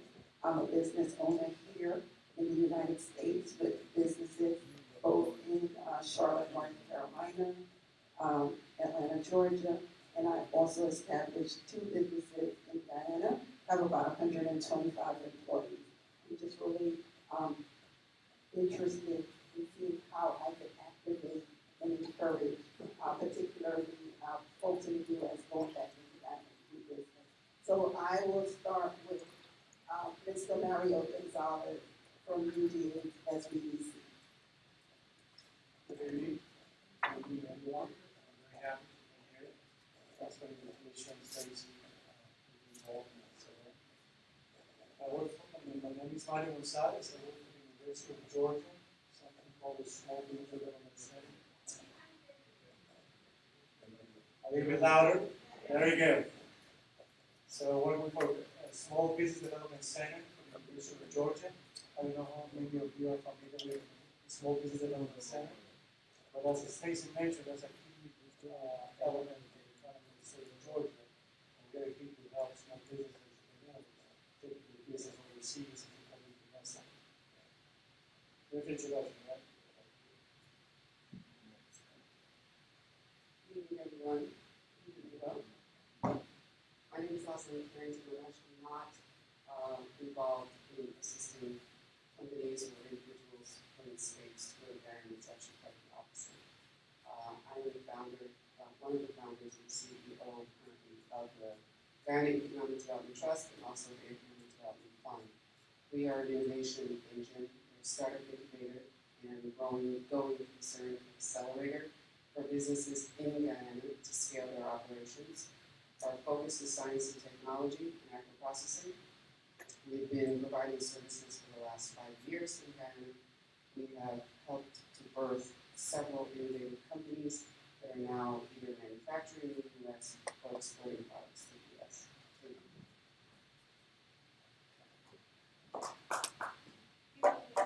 Can you hear me? Okay, my name is Amina Brock.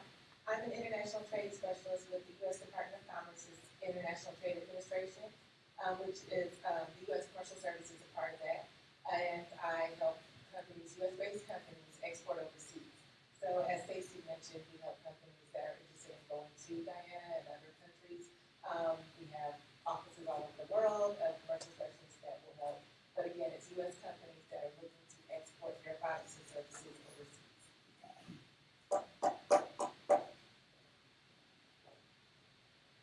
And now we'll go to Ms. Tamara Maxwell, who is the Vice President of the Office of Small Business for the Export-Import Bank of America.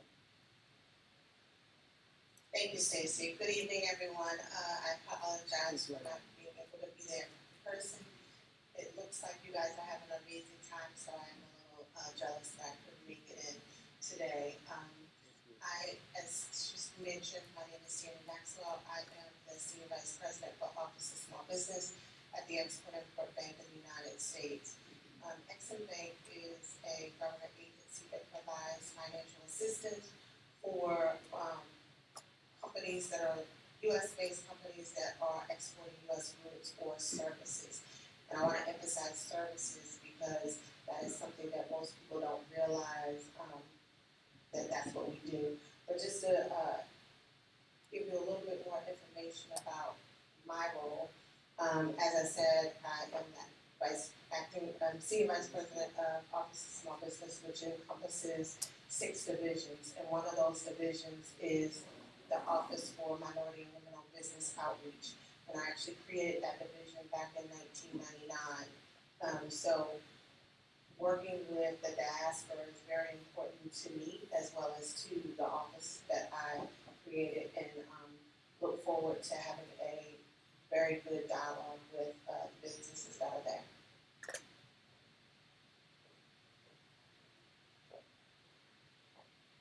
Amina Brown now has an overview PowerPoint about the U.S. Commercial Service.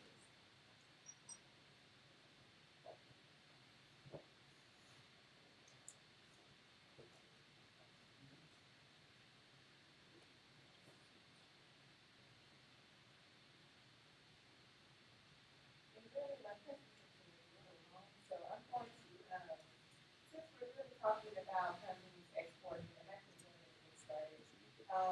And I don't know if you're able to give, yeah. Okay, so you all will get a copy of the presentation. Thank you. And it's really connecting to global markets. That's what our organization does. As Stacey mentioned, it's important to know us because a lot of times people get to know us and they say, oh, U.S. Commercial Service is the best kept secret. But we don't want to be a secret. We really want to make sure that companies know about us and know about our services and the product offerings that we have. We work with U.S.-based companies. Like I said, our goal is to help U.S. companies export overseas, and our mission is to help grow jobs here in America. So,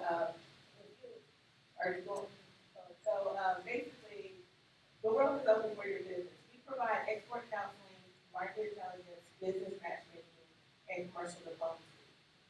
So basically, that is helping you to determine and develop market entry strategy, determining the best markets for your products and services, and similar to what was just mentioned earlier, services are also an export. I just want to express that if it is a service, once again, 51%, we ask that your company is 51% U.S. content, and that applies to products and services.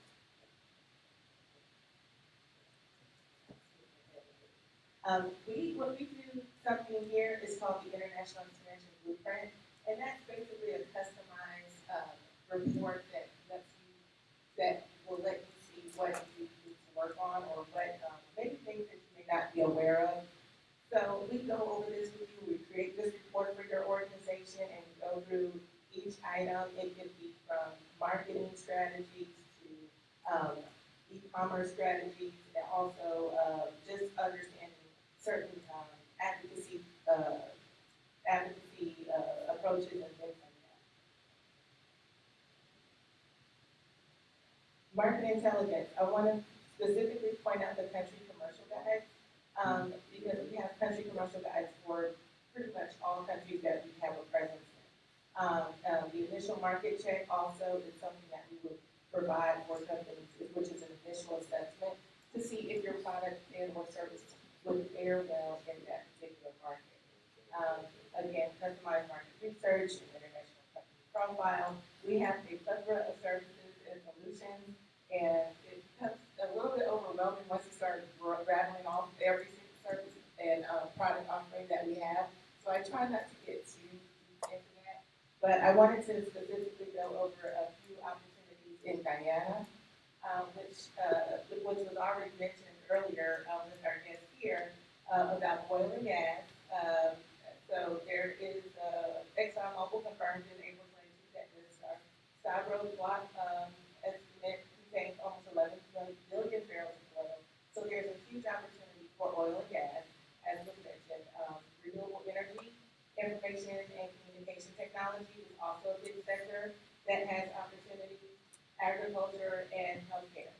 I listed the website for our country commercial guide that specifically relates to the Guyanese market. But again, if you're interested in other countries, we have country commercial guides for those countries as well.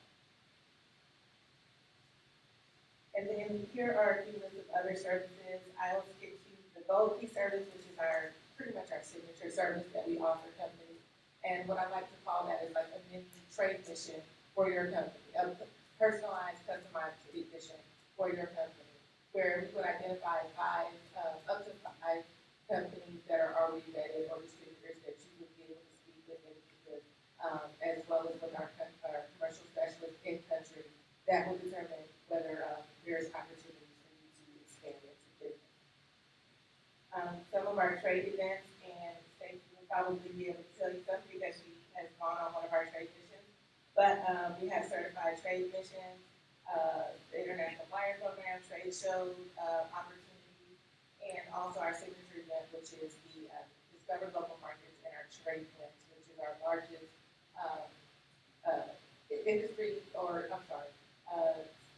government-led trade mission that happens annually, usually in the spring. Briefly, commercial diplomacy, we basically have an advocacy center so that if you ever ran into barriers or anything when you were trying to go overseas, we have an entire center and folks that work specifically to help minimize those trade barriers and also help level the playing field. So if you were responding to maybe a request for a proposal or a bid, and you wanted to see if your company had an opportunity or you needed some extra support from the U.S. Department of Commerce, our advocacy department and our advocacy center will help you with those barriers. Very briefly, we just started the Global Diversity Export Initiative, which is looking to help companies that were underrepresented in our portfolio and making sure that they have you all have the resources and the opportunities that you need to help to expand globally. So we're really working to build our portfolio of minority companies.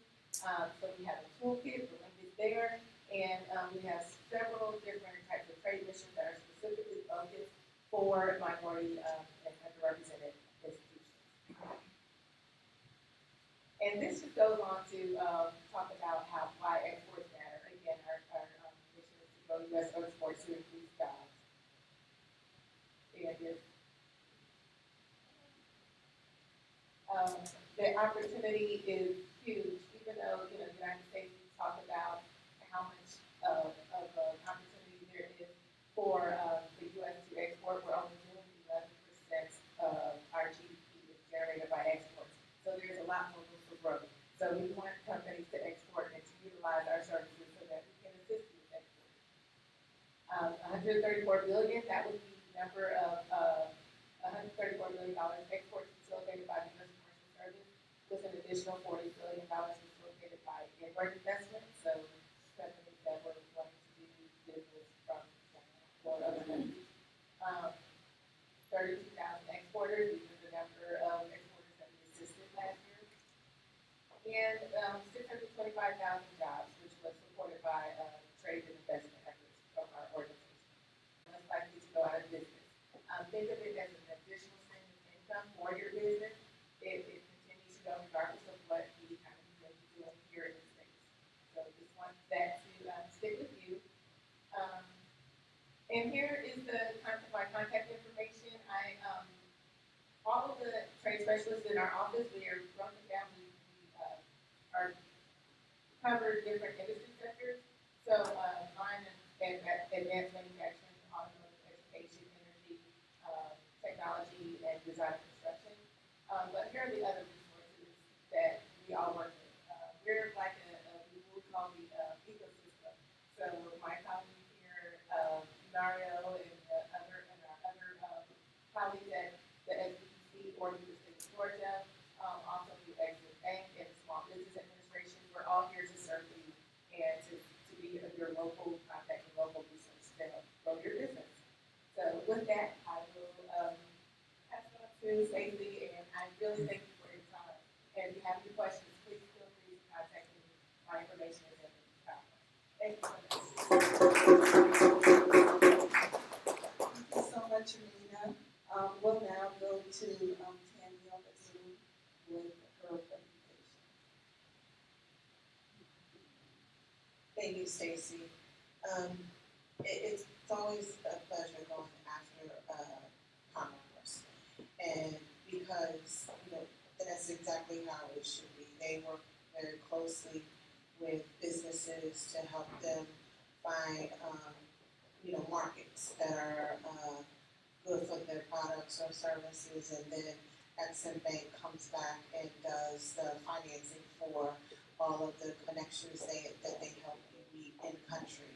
So we work very, very closely, as Amina stated, with Department of Commerce, Commercial Service, as well as our other government agencies, partners, SBA, and then the SBDC. So we are I would say like the whole government agencies, we work very closely to be able to support U.S. businesses to do business abroad.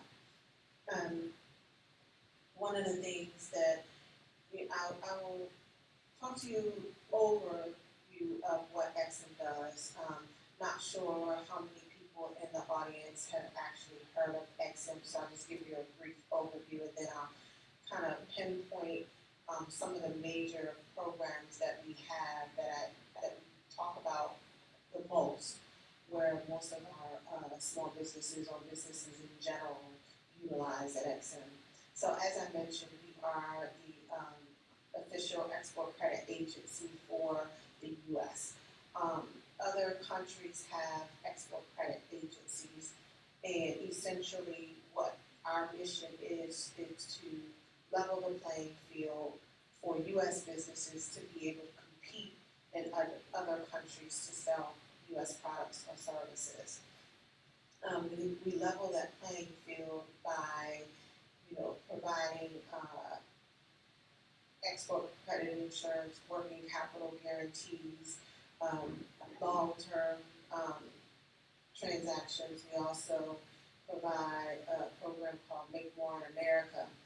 And we do that because, as I mentioned, there are other export credit agencies in countries. And when you, as a U.S. company, are trying to sell overseas, you're competing with companies from other countries, Germany, UK, all over the world. And most of the time, they're providing financial assistance to the buyers of your products and services, and we want to make sure that you can do that as well.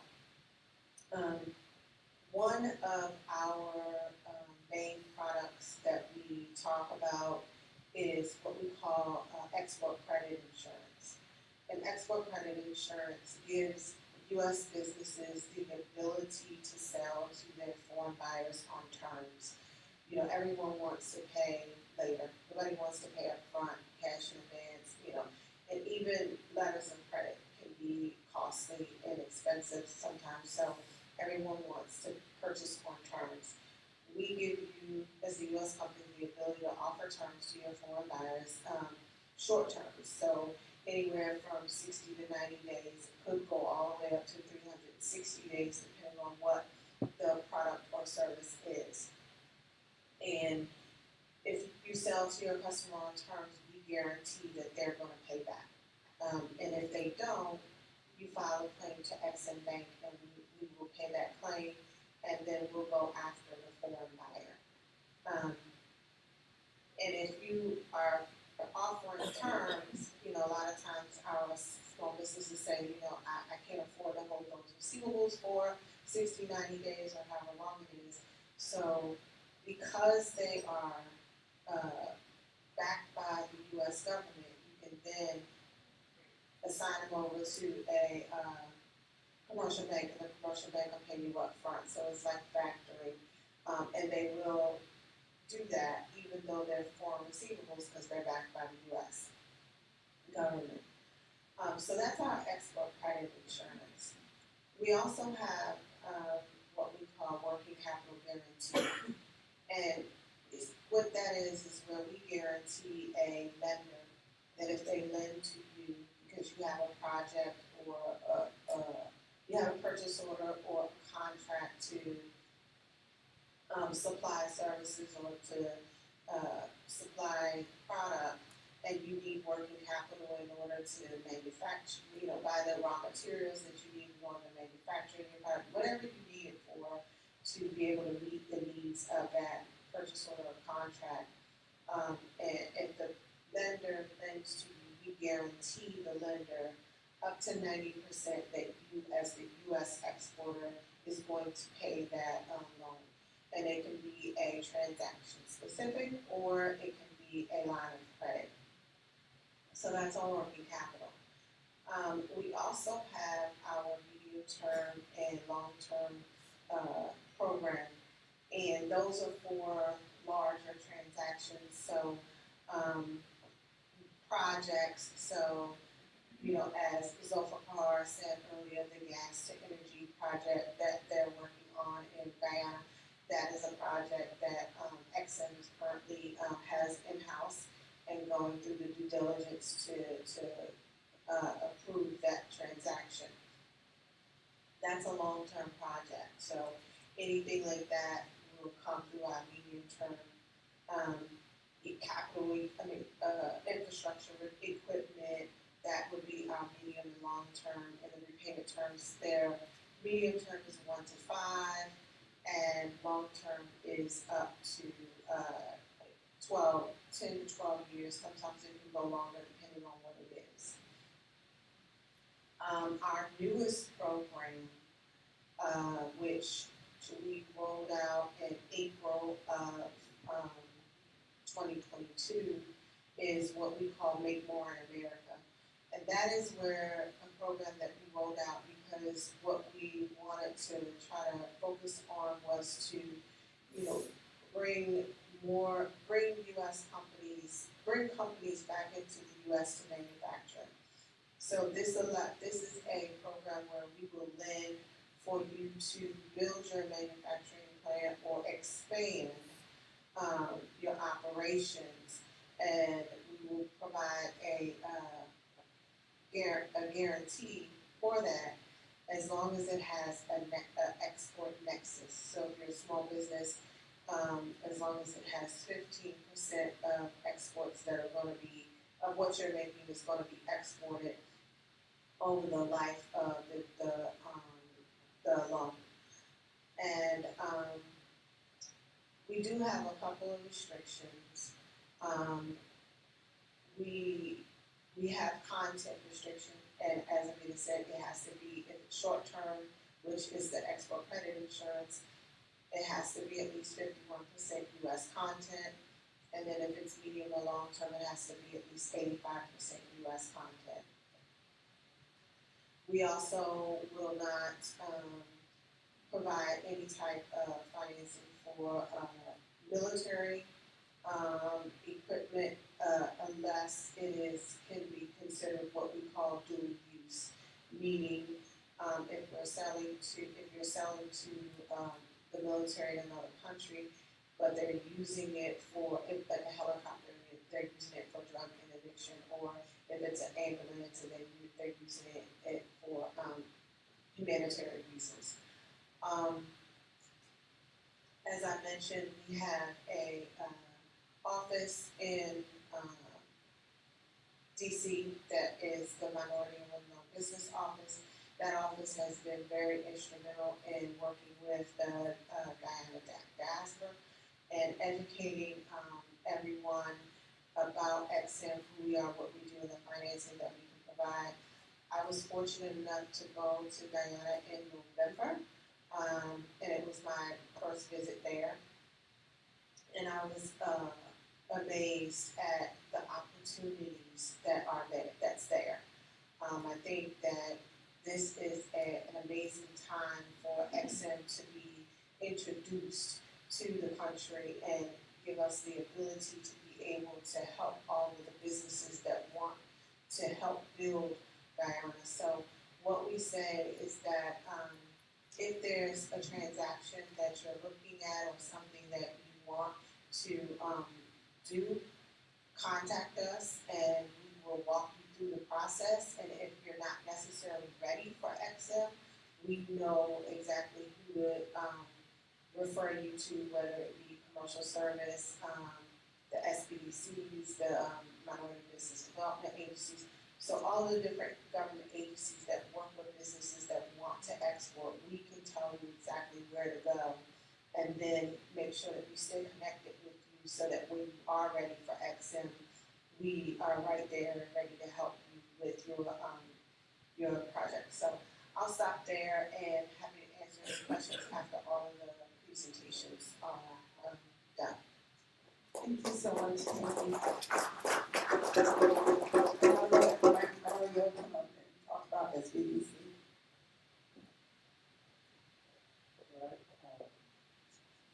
Many of you are familiar with the Small Business Development Center. How many of you have worked with us here in the state of Georgia or overseas in other states? So the Small Business Development Center, as the name implies, it deals with small businesses. It was the blood of the economy, was the engine of the economy in the U.S., small businesses. So the University of Georgia, since more than 40 years, has been helping small businesses in the state of Georgia to be successful domestically and internationally. So we have 17 locations across the state of Georgia.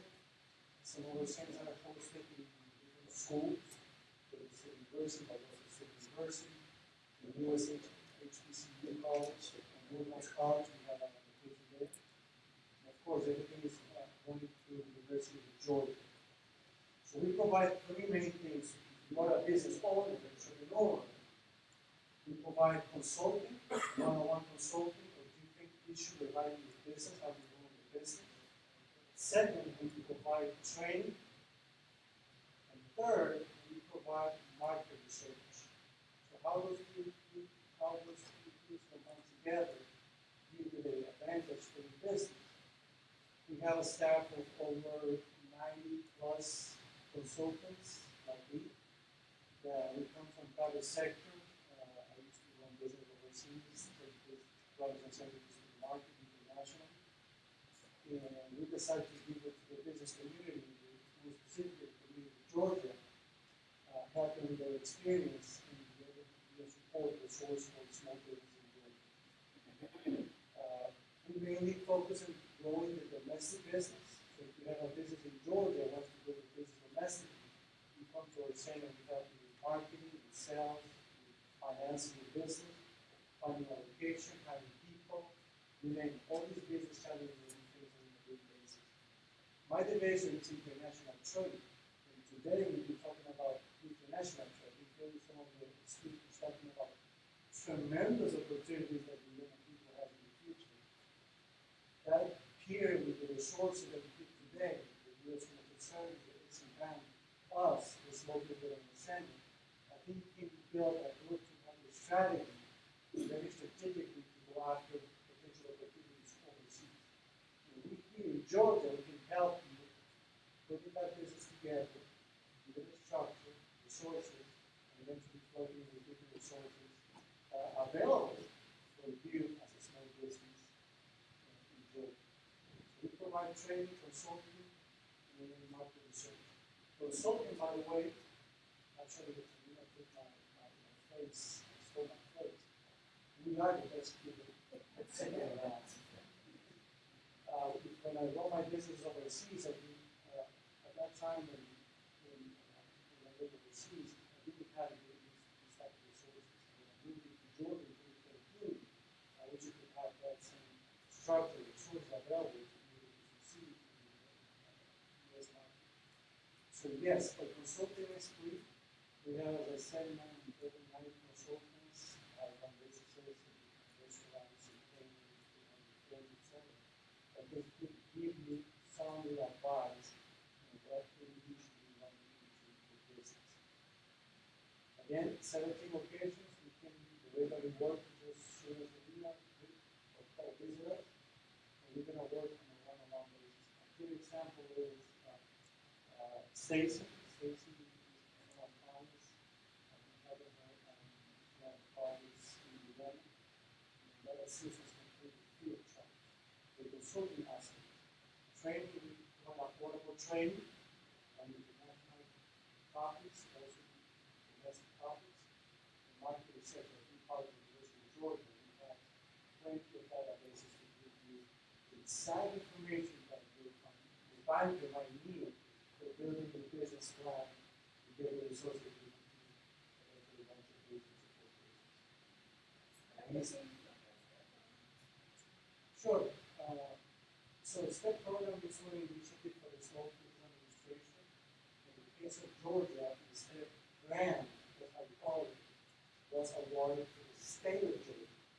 Part of that ecosystem that Amina spoke about, we have the Exim Bank, we have the SBA, we have the SBC, we have the U.S. Commercial Service, but also the state of Georgia plays a key role in supporting the small businesses in international projects. The state of Georgia, which is run by Water, the Commission for International Trade, they run the STEP program. And what is the STEP program? It's a grant from the federal government. So if you are looking to expand internationally, they will give you up to $6,500, something like that, and you can use that money for going for a trade show, building an international business plan, going to trade missions, etc., etc., etc. And these awards you want to apply for. So, in this case, we help that same small business owner, hey Mario, or the team, I'm facing this challenge. I would like to pursue this opportunity in X country. This is what I have. What do you recommend me to do? If you have resources in terms of advising, you advise. But you know, you can plug in with the Exim Bank if you want it. You can plug in with the SBA if you want it, for resources. You can plug in with different resources. So just here is an example. I work with Stacy, help her through the process so she can apply for the grant, and then we can award it and use that money to travel to different trade issues. Again, my name is Mario Gonzalez, and we're sure that we can company that we're going to be more than happy to assist you in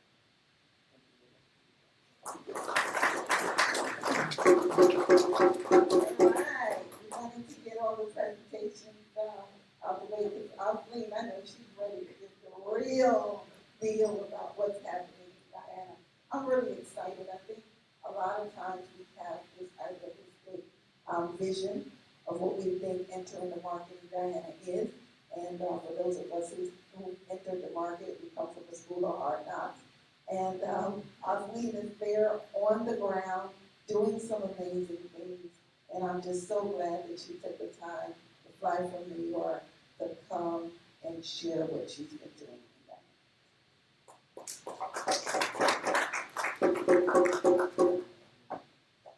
right, good evening. Good evening. Good evening. Good evening. Thank you for having me here.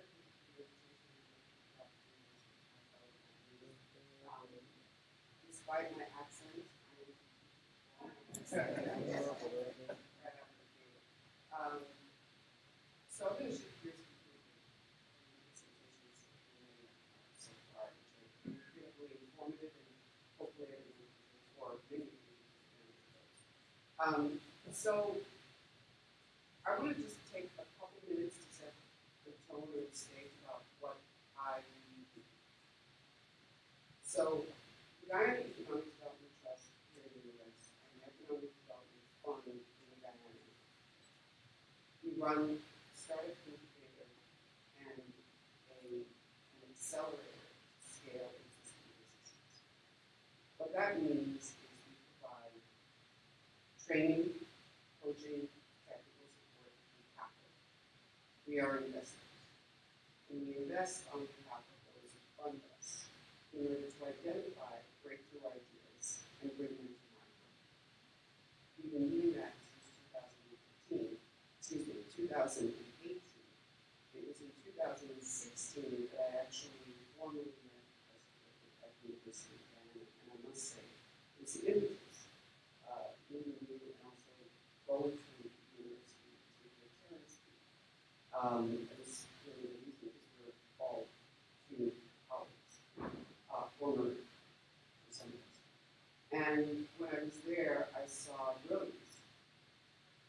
And I think the people, Guyanese who either haven't been to Guyana recently, did not go to the University of Guyana, and have absolutely zero connection to the educational environment in Guyana, this might sound surprising.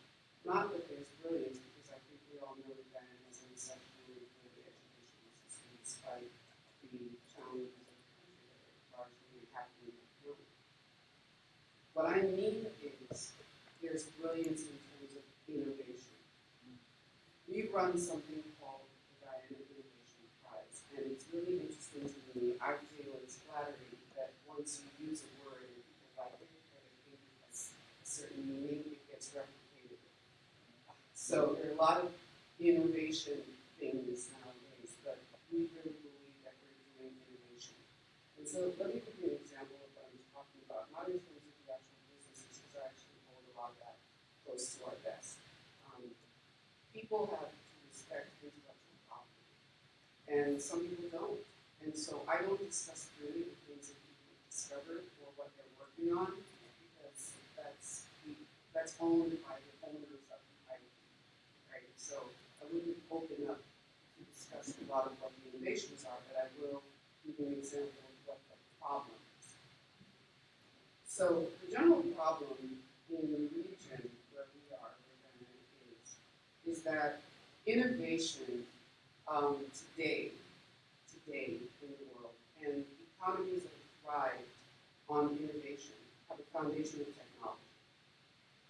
Okay, I don't care what this is not about engineering. It's not about being a scientist. It's about the use of technology. I'm a technologist. I didn't start out as one. I didn't think I was one. My background is actually in banking. I'm a banker. I'm a nerd. Okay. So I started out in banking and finance, and I'm a geek, and I really like numbers, and I really like, I like that stuff. But I was working at a bank in the mid-90s, and my CEO at the time, who was a lunatic, he really was.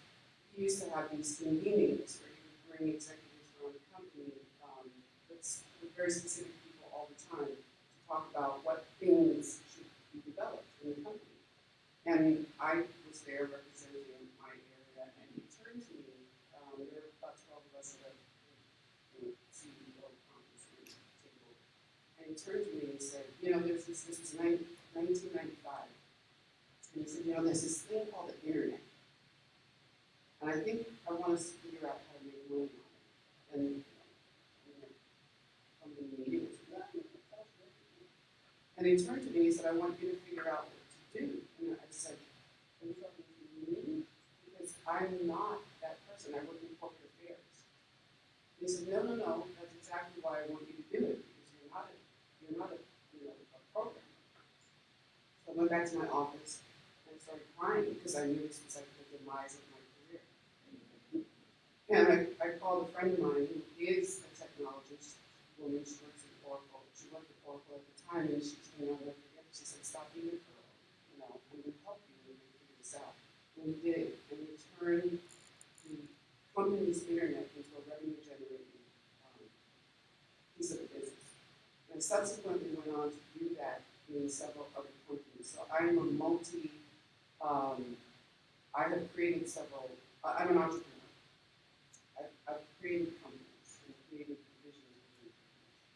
And the reason I'm telling you that is not to tell you my bio, but to tell you that the base or the foundation of innovation and therefore economic growth is today in 21st century technology. You ask 50% of the population in Guyana, which is the youth make up 50% of the population.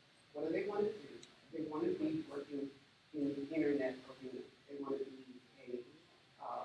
what do they call it, an influencer. Or they want to create a business that is making something that is sold online or that uses technology to distribute whatever it is. There is a ranking by the World Intellectual Property Association, the global rankings of sort of innovations called the Innovation Index. There are about 132 countries on it. There's only one country in the Caribbean that ranks, and it ranks 30th. And that's Jamaica. Between 2011 and 2021, which is when the data covers, there is no other country in the Caribbean besides Jamaica that ranks on the WIPO World Index of Innovation. Okay. Our aim as an organization is to change that, is to put Guyana on the map in our own way as being able to generate innovation. So what is innovation?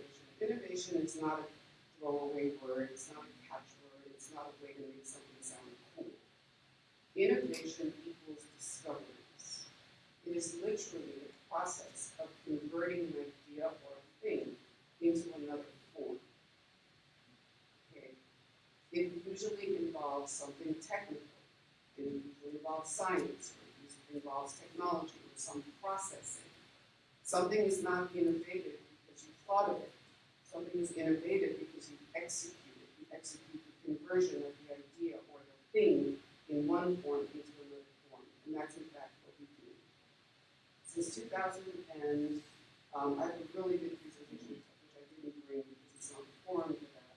But what we've done since 2018 is bring to market, not bring to life by making someone make a prototype, but bring to market to sell 12 different ideas that have come from people around the country. I'll tell you a few that are sort of common, right? So one is converting plastic waste into construction material. Not going to say what material. Converting plastic waste, which is plentiful in Guyana, into construction material. Someone else spoke earlier about coconuts and coconut husk. The production of coconut canning product creates a tremendous amount of coconut waste. That waste winds up in our waterways, and it kills things, and it clogs things. And one of our innovators has found a way to turn coconut waste, I won't discuss which waste, the coconut waste into an end product that can be manufactured in Guyana. It's not currently being manufactured in Guyana. In fact, some of the products that have come out of our incubator and accelerator are actually being manufactured outside of Guyana, which is fine. Others are being manufactured because it takes technological innovation, not just fixes, but it takes innovation. It takes the ability to physically convert that thing into something else, and we sometimes just don't have the ability in the country. So we work with other people to do that stuff. And then finally, we have people who are able to manufacture in Guyana, challenges notwithstanding, they are able to manufacture and at scale, reasonable scale, that we are now exporting. We have one person who's actually exporting container loads of their product. So it's possible, right? Innovation is possible. For us, the key is to provide the training, the coaching, the technical support, and capital is vital. And we're going to do all those things. Why am I here? I think I'm here because in addition to sharing with you that there is indeed incredible brilliance in Guyana, these aren't all, by the way, just people who are tinkering in their bedrooms. These are people who are working professionals who have been sitting on ideas for decades and now have the opportunity to bring them to life. So that's fantastic, right? But I think I'm here because I want to tell you that there are opportunities to get engaged with these businesses. The main way that we do that today is that we offer the opportunity for people to provide technical support. We have an advisory board of people who have varying backgrounds, and those backgrounds are very helpful to folks that are starting these endeavors or scaling their endeavors. So it also gives them a healthy inside view of these companies. I will tell you, I'm like a mama bear. I'm fierce about protecting our innovators, protecting our ideas, and so we make people sign all sorts of things. And we take those things seriously. I've gone to court before and had no problem. Oh, that's the beginning part. You don't even get to talk to us until you sign the NDA. So yeah, we want to invite people to learn more about these innovations and innovators and to possibly even get engaged in their business activities. So this idea of doing business in Guyana has a few different facets to it. It doesn't always have to be that you're exporting something or that you're engaged in trade. Trade is fine, but innovation, as far as I know, those societies that are really leaping forward, they call it leapfrogging, are really using science and technology to get there, and they're interested in supporting that. I hope you will too. Thank you for listening.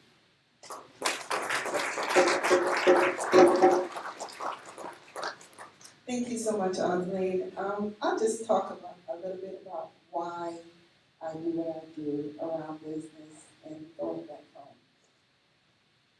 I try to tell people that I'm very comfortable in the U.S. I don't have to go to Guyana. I don't need to want to go to Guyana. I want to go to Guyana. I've been able to come here at 10 years old and be moderately successful. And I think that I have something to share, and I want to participate. And I'm optimistic about the opportunities to participate. The Guyanese community here in Georgia know that I've been on this mission for the last 5 or 6 years, shouting from the hilltops that we must engage and go back.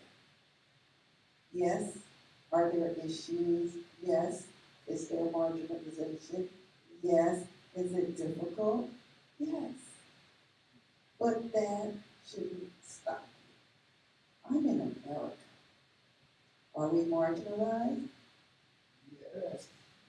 Is it difficult? Yes. Are we still here thriving? Yes. Why should Guyana be any different?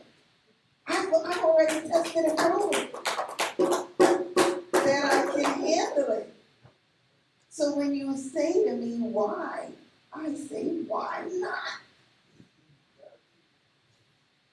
Why not? I was born there. There is an abundance of opportunity for the next 20 years. You can't stop me from going. I go in, and I'm bringing whoever wants to go. And the reason I wanted to share in this manner is because there's opportunities here and there. And I wanted people to understand that I'm going in two ways. I'm going as a Guyanese, and I'm going as a U.S.-based business that has the support of U.S.-based agencies that is telling me I should go to my country and do business. Why not? So I just want to make sure that the 11th region is activated. I'm going to say that again, y'all. This is the 11th region. They said Guyana has 10 regions and the 11th is the diaspora. Let's get a hand clap for that. I am here to activate the 11th region. I tell people all the time, I want to be the face of diaspora engagement back into Guyana. And also bringing some of those skill sets and abilities, like Osleen said, from Guyana back. I use a lot of services from vendors in Guyana. We have the ability to have mutual beneficial business engagement on both sides. I am not a politician. I am not a political activist. I'm a businesswoman. I'm concerned about business. And so I stand here today to say to you that the opportunities are real. We're going to have some questions and we're going to talk about it. And I want to say that going in through the U.S. Commercial Service, and it's important to me that you understand that even as a Guyanese, there were things that I learned about my own markets in the way that the U.S. government presents it.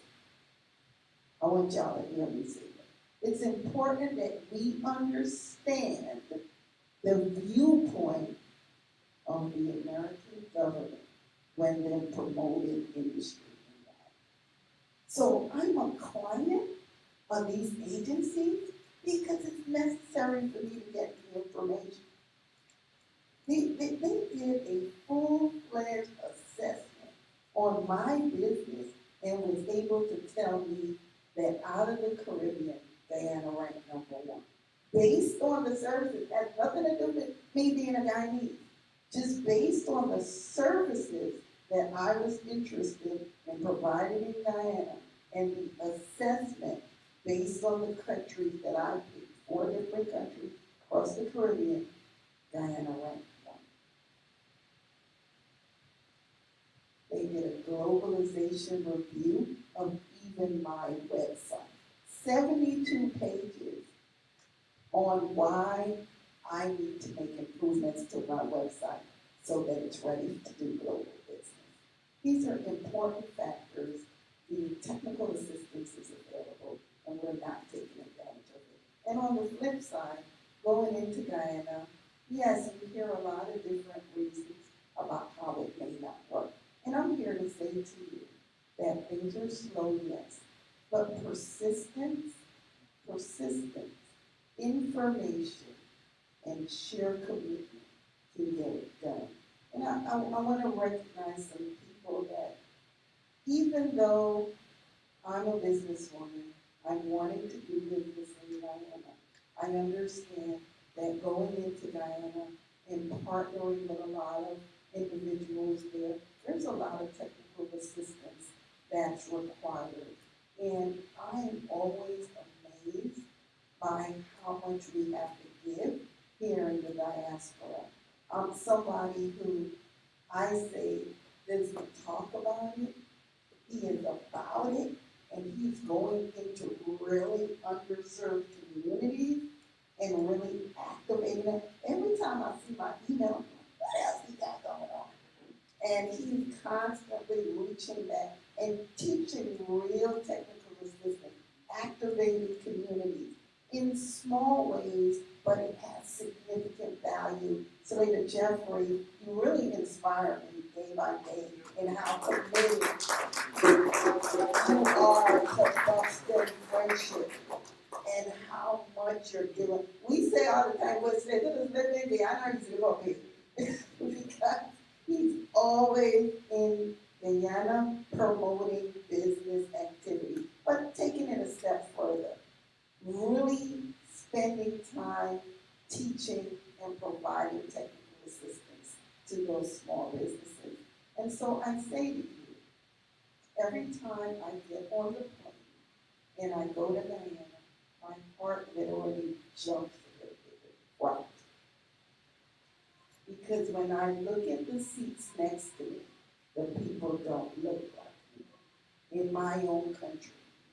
And I am getting so much pushback from the diaspora community about going to my country when we're in somebody else's country getting marginalized. So I want you guys to understand that things are not going to stop. We need to make a serious commitment to going and doing and being. If you're not interested in doing business, starting a business, Osling said it. You guys have so much. You know what I love about Atlanta? Just in this room alone, the amount of education, business savvy, professional accomplishment that's in this room in Atlanta. Atlanta's like a little hidden secret, right? Because a lot of people who do good in New York will come up here, right? So it's like, when you come to Atlanta, there's all these dynamic Guyanese that's here doing fantastic things, amazing. And so I say, I'm just so committed to just getting you to have a paradigm shift about what we can do at home. Please. I really need people to get encouraged.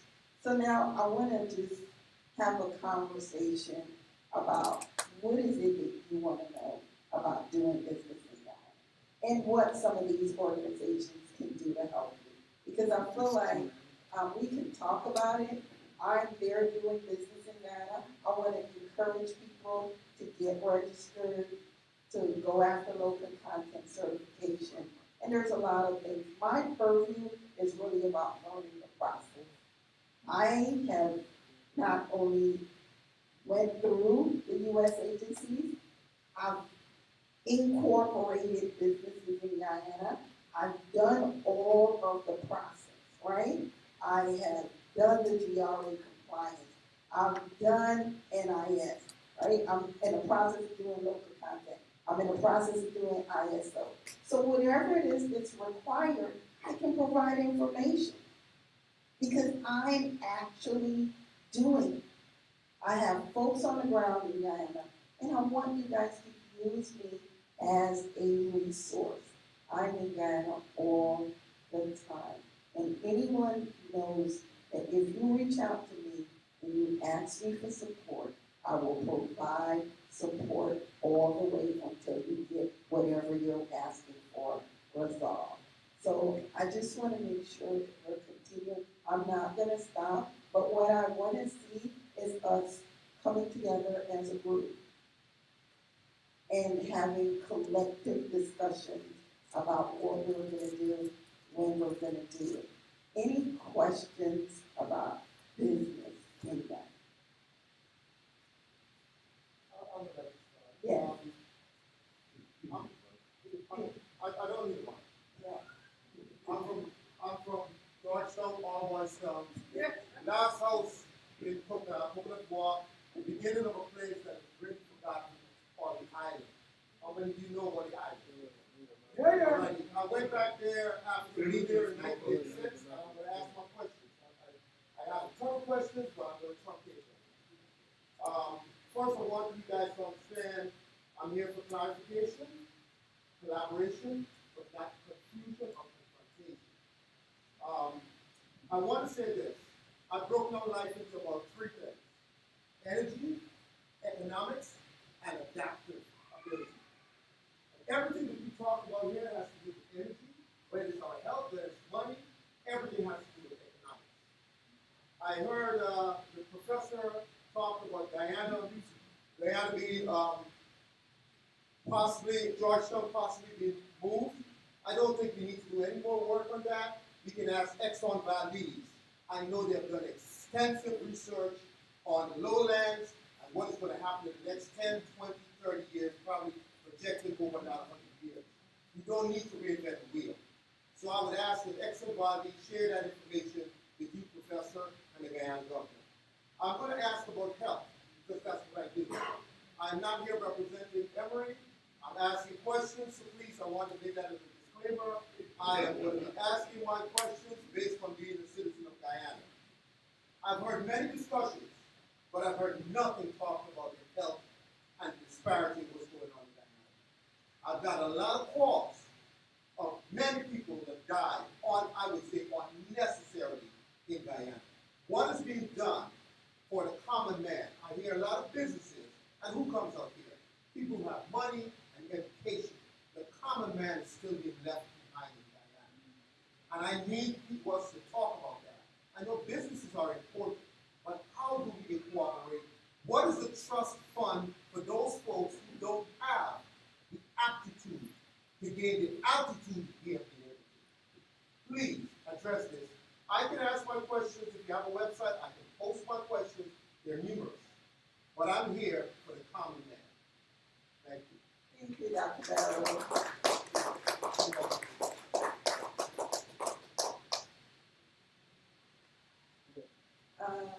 We got answer. Does anyone want to take that? Does anyone want to take that question first? Okay. Next one, Valerie. Okay. Got a couple of questions. Exxon and the government of Guyana. Exxon track record in so-called third world countries have not, in my opinion, not good. What we have seen previously is that they've gone into countries that have not had strong governments and policies that basically corrupt government and do what they want to do. Environmental laws are not basically not adhered to. And we would like to know from Exxon, when it comes to Guyana, what their policies are in reference to what they're seeing in Guyana. My next question in reference to the government of Guyana are the people who are qualified are they going to be in position to actually do what they do, which is adhere to policies compared to just get in a position because who you know and just simply just doing what others tell you to do in reference to the government of Guyana. Next question that I would have in reference to the government. All right, you have more than three? No. Okay, last question. Of the 5,000 that are hard people that are being employed, how, and this goes back to Exxon and the government, how are these people getting? Because we have a large disparity of the people who are getting contracts and the people who are not. The discriminatory practice of the government should be called into question. And that's my take. All right, let's start answering some of these. We'll take one more step. Is somebody on this side? Yeah. Can we get, yeah, go ahead. You take the mic. Got a question back here. got a question right here. Good evening, good evening. My question is about the telephone system gap. The telephone system is very important to do business. And I spoke to somebody a month ago about this area. He said we have a bad problem.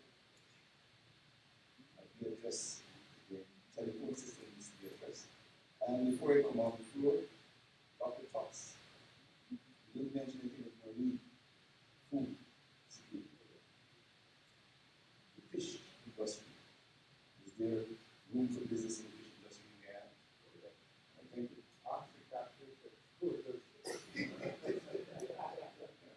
And then Stephanie, and then we'll start answering. Okay, so my question is related to business, and I understand that you are opening businesses there, and there's many different opportunities in different sectors in business. So what businesses are you opening, and what business are you doing over in Guyana? And just as maybe a baseline, because they're talking about oil and gas, and I don't think that anybody here is really familiar with the oil and gas business, and what kind of businesses you can open in relation to those industries. And there's a lot of other sectors and things that are being spoken about. But if I'm an American, in the diaspora, and looking to do some business in Guyana, what would be my guideline? There's a lot of support, but where would I really start other than supporting, deciding as a businesswoman, doing a lot of business and being in business for many years, what would a recommendation be? Where would I start? So that's my question. All right, we'll start with the first couple of questions. Who's up? And Son, you guys, come on. Yep, come on.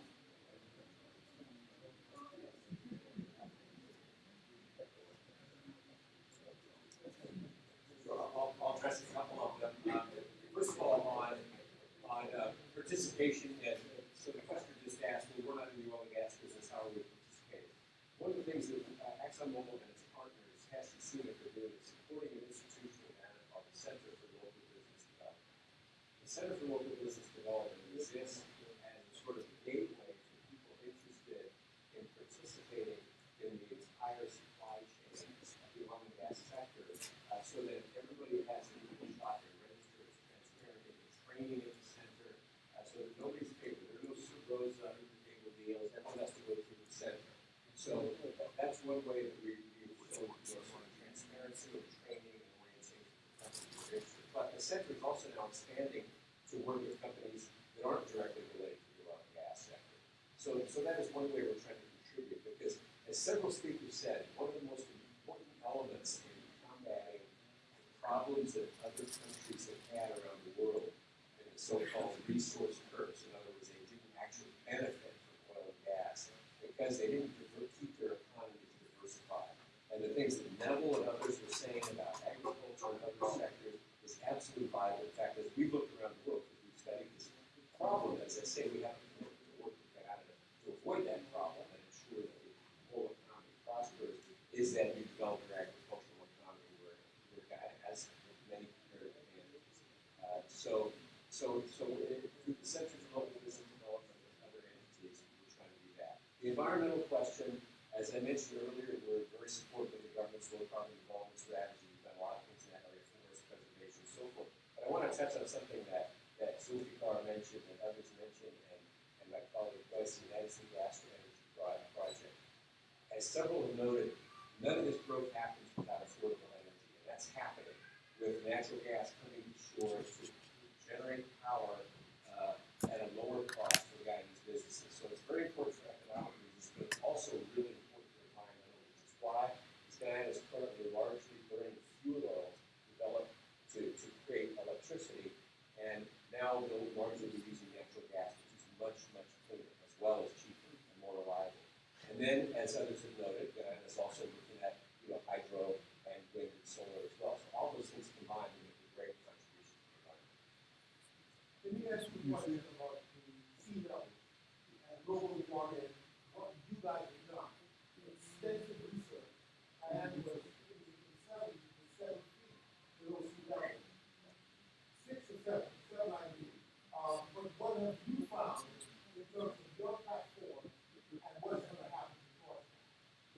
So, you know, I think, and some of this, I think, is the questions directed at the government. We're a company operating as guests in Guyana. We obviously are very keenly, follow very keenly climate change developments all around the world, including questions of sea level rise and so forth. Around the world, they always build our operations, keeping in mind fluctuations that occur. So yes, we're very conscious of that. But I think more importantly, the government, as Luke said, is very conscious of it as it looks to, whether you're moving different offices in different parts of the country, things like that. It's something the whole world has to be aware of, including here in the United States. Thank you.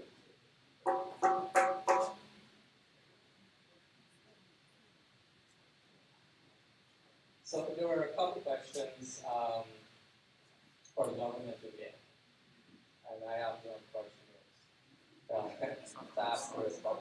But these are good questions. These are important questions because many times they're being asked all over and responses are not forthcoming, and that is why we're here tonight. So I'm glad that they're asked. So let's start with the first one. What is the government of Guyana doing with health?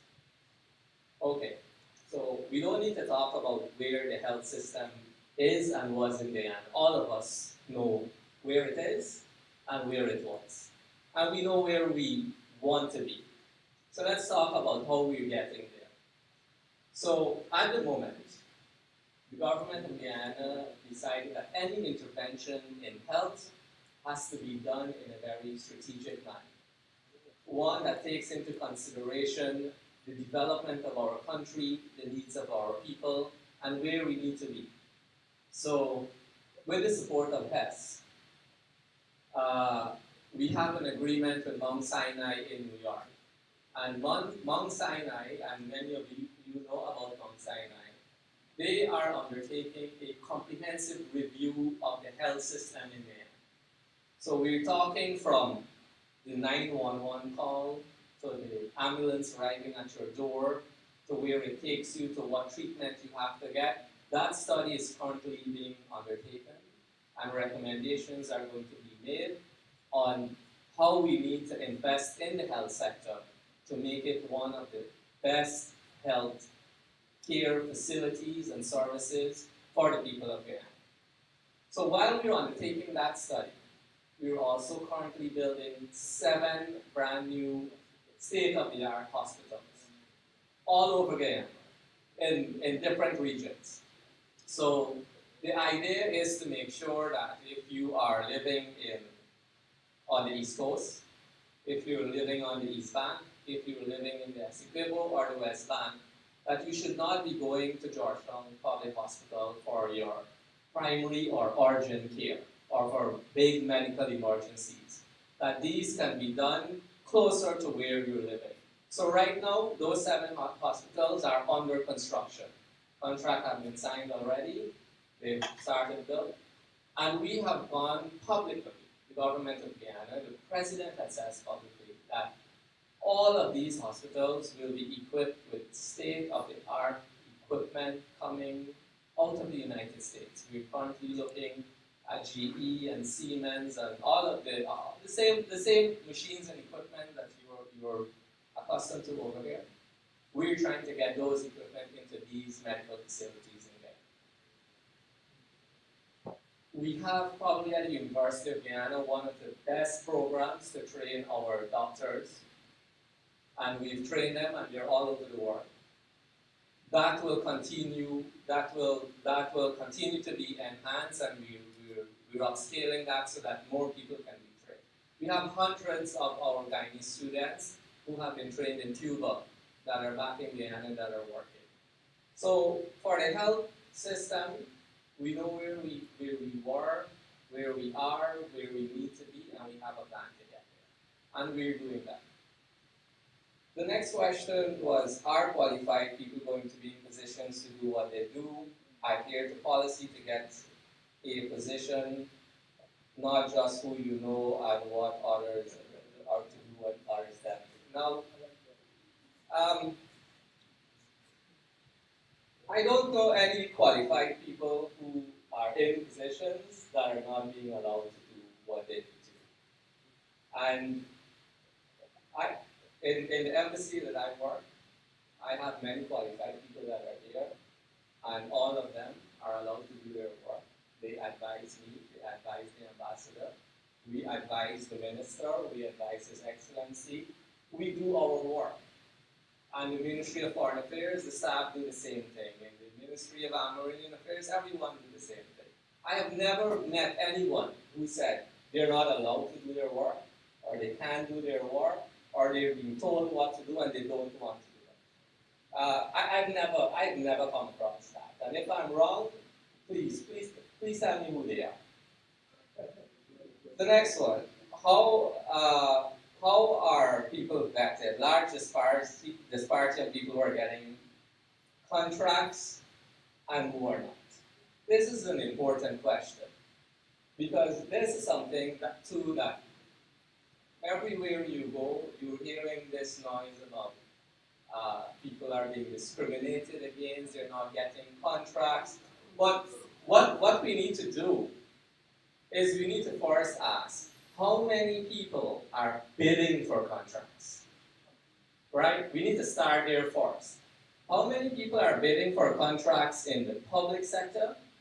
And how many people are bidding for contracts in the private sector? We need to start there because we need to understand it. We need to go to the root of the problem. Because the big problem is, this guy isn't getting work. We're only seeing one type of people getting work and not another type of people getting work. Let's deal with the type of people who get to work. The minute a different type of people get work, you will hear them called all sorts of names, and I wouldn't even repeat them here. The minute they get a work, the minute they come together to say, I want to be a contractor, I want to work in my community, I want to develop my community, the minute they're awarded a work by the government of Guyana, they're being called names of the most derogatory manner you could ever think about. Now tell me, who wants to join that line where the minute you get a contract, you're being vilified and you're being called all sorts of names? That doesn't help anyone. And it's not that they're not getting contracts, they're getting contracts. But we need to support our people. We can't be calling them names when they're getting contracts. Now, the other problem is that so right now in Guyana, we don't have contractors. We have so many projects that we just do not have contractors for. We don't even have people to work in the construction industry. If you go to the oil and gas sector, you will see that they have so many jobs to do, but to qualify to do their jobs, many of our Guyanese contractors cannot qualify to do it. Because we never used to operate with health and safety. It's a requirement of the oil and gas sector. We don't operate with standard operating procedures. It's a requirement of the oil and gas sector. How many of us are putting our businesses, standardizing it to meet international standards? No one in this group, me, you, or anyone, could do any construction work here in the United States with a full list of things that we have to meet. In the oil and gas sector in Guyana, it's the same thing. So we have to help our people to get that. Not to say that they're not getting work. We need to understand why they're not getting work. We need to understand, and they're two different things. We need to understand why they're not getting work in the government sector, and we need to understand why they're not getting work in the private sector, in the oil and gas sector. And as I said, and I said earlier, it is not that we don't have opportunities in Guyana. The opportunities are in abundance.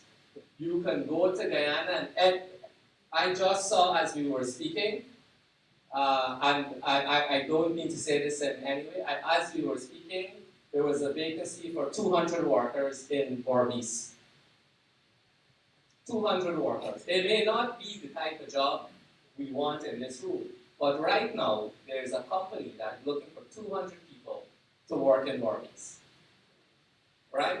And like I said earlier too, whatever you're doing here, whether you are with a company as a staff, whether you're doing a small operation, a small business, You can multiply that, take your experience that you have here in the United States, and you will fit really well in Guyana.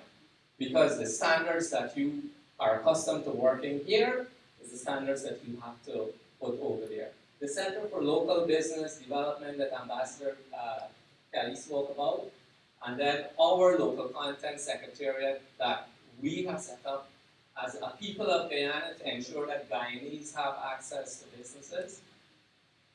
Imagine you're a Guyanese, so you already have 10 points on your list when you're bidding for a contract.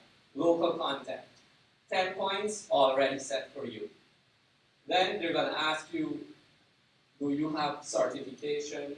Do you have experience? And you tell them, yes, I have experience doing whatever it is I'm doing. I'm from Atlanta, Georgia. I've been doing this for the past 10 years. You automatically are at the top of the list. So even if an American is coming to Guyana and they're bidding for the same thing like you already have an advantage over them because you're a Guyanese.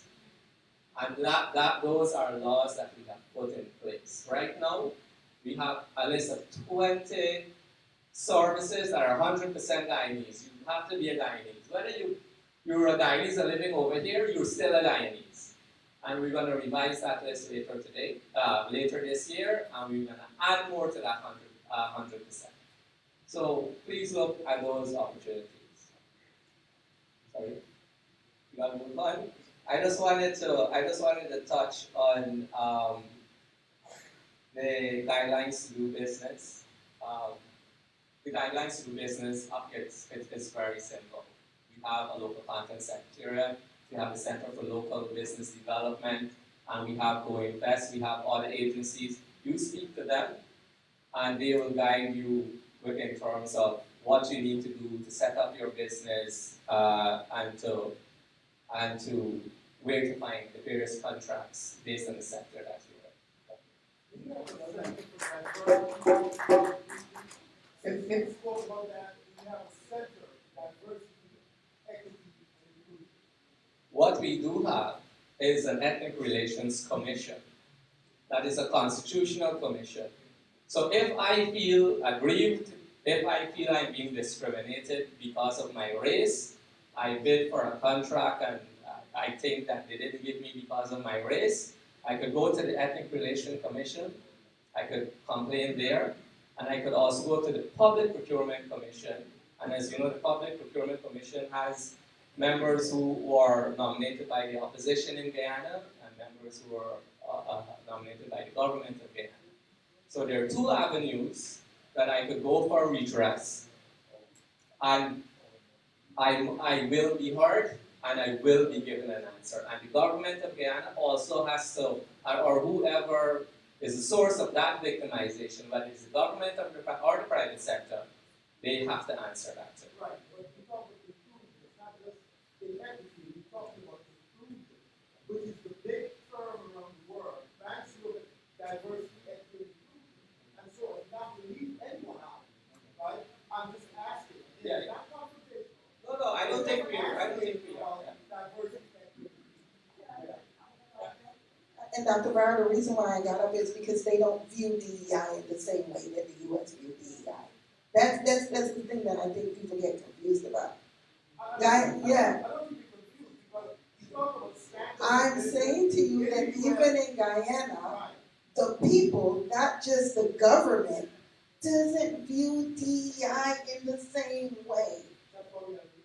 Right, that's what I'm saying. So I think even asking that question, the answer that he gave, to me, is not a clear understanding of what you mean by DEI. This is something that every government around the world. Right, but if you're not participating in that structure, and if it's not something that's a priority, right, and you're not focused on true DEI, you can get that answer. And if I may, I'd like to answer the question from the woman who asked about business. Someone asked, what can you do if you're actually wanting to start a business in Guyana? And I think the approach is the same anywhere, which is, first, what are your interests? And I start with interest because doing anything where you're basically running a business is hard. I've done 5 startups. And it's extremely difficult. It's painful for your family. It puts you on the brink where my very first business was 23 years old. I ran it for 5 years or 4 years and I lost everything. I owed everybody I knew, including my parents, right? So it has to be something that you feel really passionate about, and that's the first thing. And I don't mean passionate like, oh, I wake up dreaming about it. I mean literally that you can sustain yourself while it's a struggle, right? That you will stay with it. And secondly, I would suggest initially that you do something that's what's referred to as asset light. So a lot of people want to do construction in Guyana, and that's great, but that's not asset light, right? If it's your first foray into business, into running a business, or your first foray into doing business in Guyana, I would not suggest taking the equity in your home to go and build something in Guyana where you hope you're going to be able to rent out the property and generate income. What are people's incomes in Guyana such that they'd be able to pay a hefty rent to pay back your mortgage? That doesn't make any sense, right? So it should be something that is relatively asset light, right? And you should set a cap on how much you're prepared to invest. You know, there's no need for people to borrow or take out savings and use hundreds of thousands of dollars to launch a business in Guyana, right? There are a lot of things that can be done that are services, asset light. I would consider things like consulting. You heard that there are gaps in technical skills, gaps in needs, things. I mean, let me just give you a perfect example. There are people who need psychological help, right? How many psychologists are there in Guyana practicing that you can bring up and make an appointment and go see, right? How many people are providing, architectural review services? There are things that I'm a banker, right? People are applying for bank loans and they don't even know what they need to do, right? There are lots of things that we can do as professional people, or maybe not even necessarily professional people, skilled people, or people with knowledge, that you can go hang out a shingle, run a business, generate some income, get back in your country, and get familiar before you put a lot of money into it. So that's my answer to your question. Thank you so much. Here's the challenge with you guys. I'm gonna take one last question from Dr. Adams because he's been here a long time. But the problem is, it's 8. Right? It's 8:15.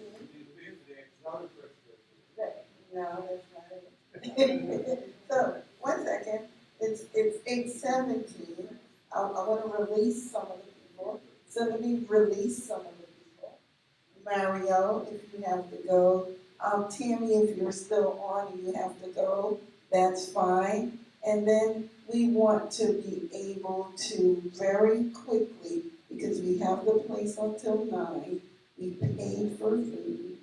It was out there. And they're asking when we're coming out. And I know Guyanese can be long-winded. Right? So, and everybody got to say something. Everybody in this room wants to say something and it's got to say something. Right? Because that's just our way. So let me just first, hold on, release a couple of people. Yeah. Release a couple of people and then let the folks outside know we're coming. And then we only, because what can happen is, guys, we absolutely can continue talking during the reception hour from a one-on-one perspective. But I'll take Dr. Adams' question because he came all the way from Tennessee. and we appreciate him. Anyone who has questions, you can just send it to someone? Oh, absolutely. And then we will be continuing the conversation during the reception as well. But I'll give him a opportunity to say something. Thanks, Stacey. I need my credit. I'm never going to give them that happy people. Thanks, Stacey. Ms. Morrison, I would like to ask a question. It's just to piggyback on Cincinnati. It's just a short question based on what you said, okay? Thanks, Stacey. To my good friend over here, you know, I was about to introduce myself by the title he gave me, but it would take me all night long. But anyway, I want to, you know, I think we've been kind of circling around a very important topic, or a key point of all of this here, that underpins everything that you do, which is the environmental laws and regulation of the nation. I worked at the highest level of the US government. And in my performance plan, we do get performance plans and bonuses. The number one criteria for rating for all of us, all the top ranking government officials, you know what it was? Health, safety, and the environment. That was the number one. The production and productivity comes afterwards. So, and as a matter of fact, I was head, after I retired here, I was head of the Environmental Protection Agency. So there were laws that I know that I wrote into the law. We got one that was just litigated here, that was ruled by Judge Gassoon. And all we are asking for, and most people, I don't, you know, there are very few people who do not want oil production to go on. I mean, I'm right at the top, they would say, I've always been very biggest advocate. Guyana needs that oil for the good. No question about it. But we have to do it right, and we have to do it within the rule of law. And that's the most bothersome thing that is happening. All we are asking for example, in the law, is for Exxon to say, if you come, you make the hundreds of billions or trillions of dollars. If because of that, if there's a spill or if there's pollution, you've got to clean it up. That's all.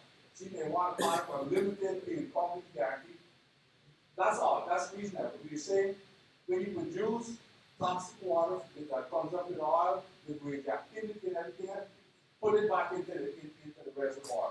That's where it's supposed to be. That's where the international standard. You don't dump it into the clean oceans and mess up everything, you know, with the environment ecology.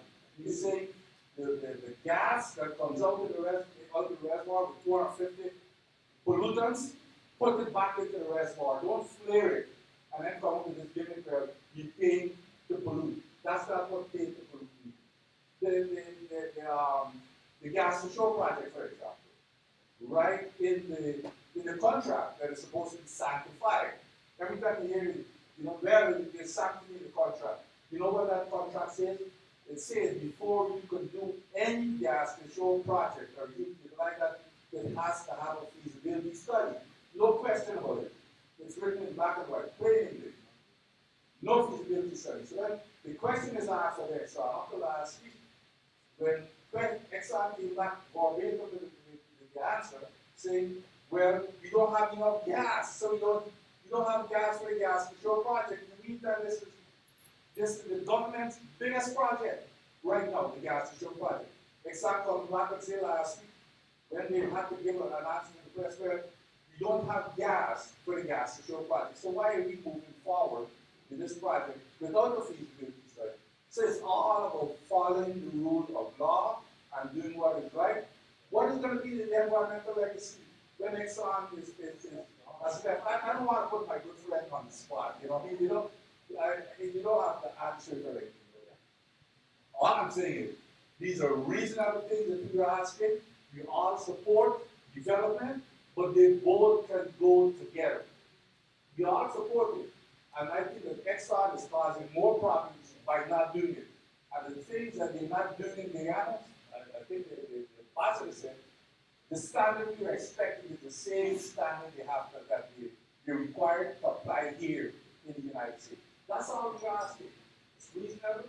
I guarantee every single citizen will support whatever Exxon or whoever else is doing, but do it right doing within the rule of law. That's I mean, I'm not putting on the spot. And to my good friend here, Terrence, you know I was going to jump in him.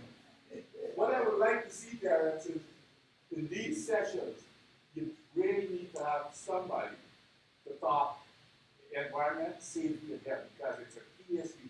One of the key issues in the EIA, for example, that's the other thing that they have to do, the environmental impact assessment. Every project in the United States that has any type of hazard, you have to do an EIA. You're waiving everything. And even when you have an EIA, for example, in the Lisa 1, the EIA says the safe operating limit is 120,000 bars a day. Anything that is in EIA that says safe operating limit is gospel, it's the Bible. You never go, you know what they're operating at? 155,000 bars. Above the safe operating. That's dangerous. And then when you get a spill, they're reluctant to cover it.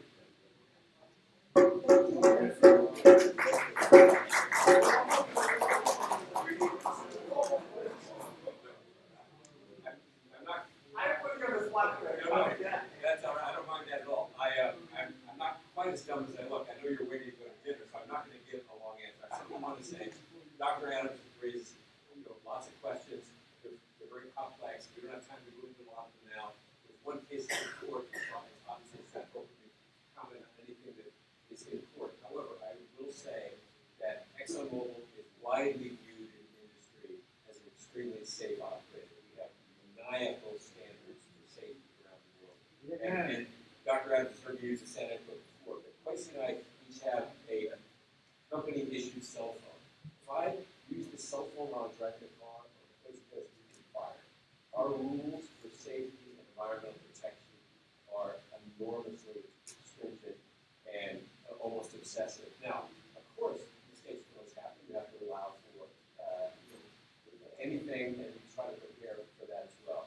But the notion that that we all have to do everything we can to have everything that's safe, we absolutely abide by our rules and we're proud of that. So with that, Could you take my advice there? you get to get to dinner. Thank you, though. Thank you very much. Oh, you should read for it.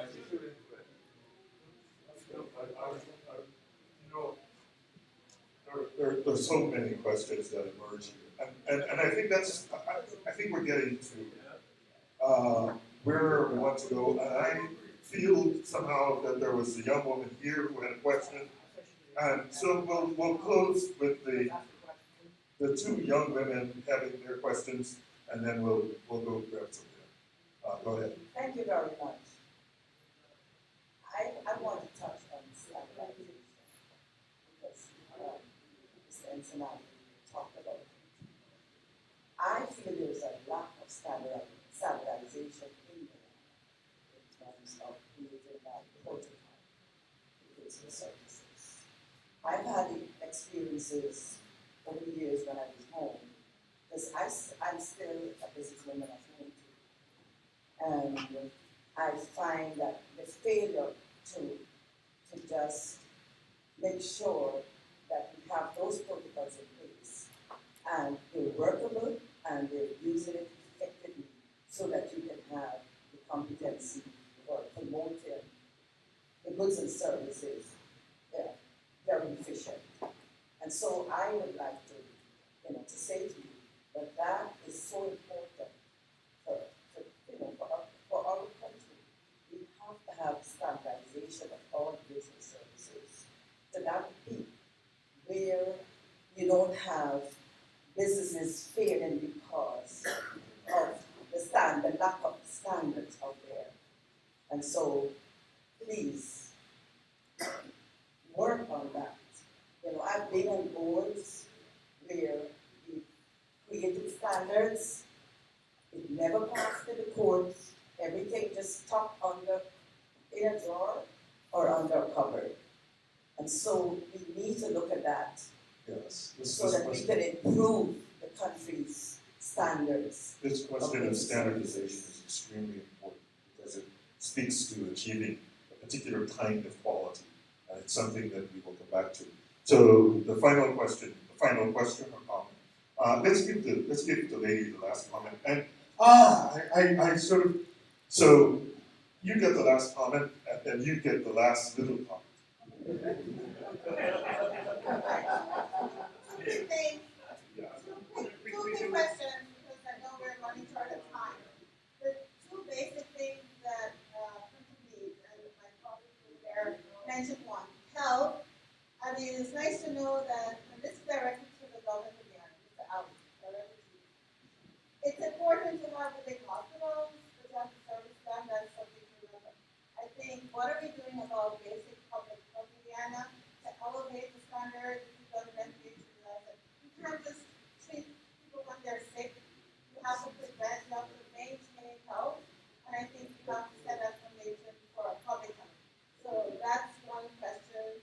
I think that's even more important than the 7 hospitals. The other thing is education.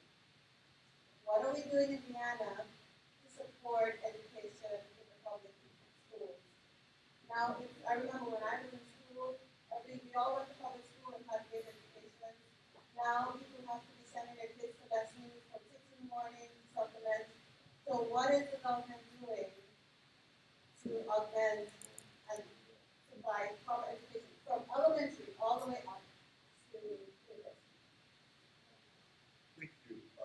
Those are very important points. And you know, one of the things that just occurred to me is that, you know, Dr. Adams, your comment, we should start, Stacy, some small Atlanta diaspora working groups on the environment, Atlanta diaspora working group on education, Atlanta diaspora working on standardization and business.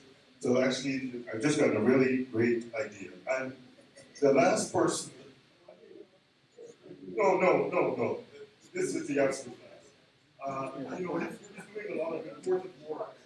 Yeah, and so I just wanted to speak just a little. Yeah, so not long. All right, this is very quick. Let me introduce myself. My name is David Jeffrey. I'm a past president of the Banks Association of Georgia. And I'm a Bostonian 110%. I am not talking at all. In front of me here is a document we call the project profile. The last year, I've had 3 projects done in Guyana in processing, agri-processing. And the first project we executed, I got the individuals who participated in the program to come up with $5,000 a piece to purchase the pig and supplies to do meat cutting and making ham and sausage. Right? This time I'm going down to Guyana in a few days to mount one of the largest processing programs. Right? I don't even have the money for the budget. I'm starting at 0. But we bring the farmers from Waka, from Belladrum, Hopetown, and El to Buxton on the 17th of June.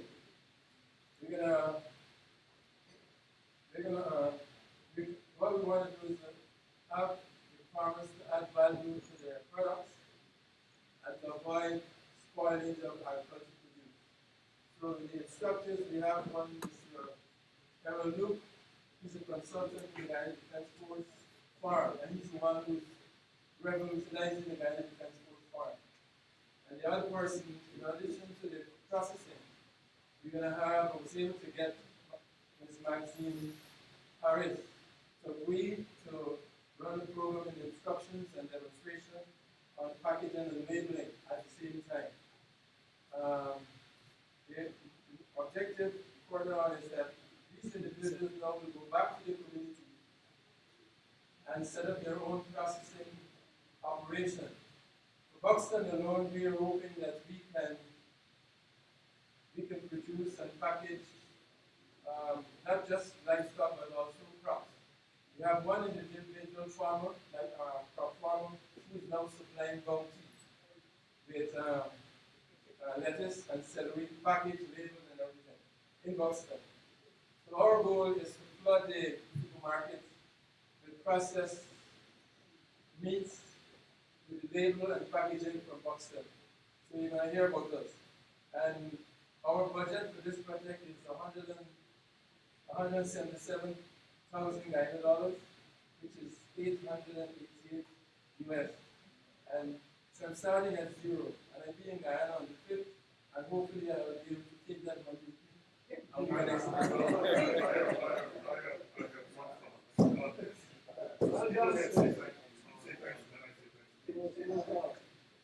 All right, people, I know it's been long. Thank you so much for coming out. In October 8th to the 16th, I will be hosting a business and investment conference in Guyana and the Pegasus Hotel. So this is for all the people that's interested in doing business in Guyana and who's been asking me to do something like this. It's finally here. I want to thank you guys for coming out. I want to thank you for your commitment to the Guyana Association. Every time we do something, you come out and support. Thank you so much, Terrence, for bringing this forum to Atlanta. We really appreciate the discussion. Thank you, guys. Well, thank you. Thank you. And just a round of applause for Stacey Marks. Just a real champion. And I wanted to say two more things. So Mr. Slater has just asked for $887. And so there are at least 50 people here. And so I want us to take up 50 times 20. And so Mr. Slater can move that project from 0 to 100 tonight. Because if we're serious about Buxton and we're serious about the things that we do. And yeah, and put the envelope is here, and so we can do that right now with no fail. And I know I need to thank everyone for coming out, and I'm not going to distinguish between. Just thank you, and let's go get something to eat. Thank you, AEI, for hosting us. I want to thank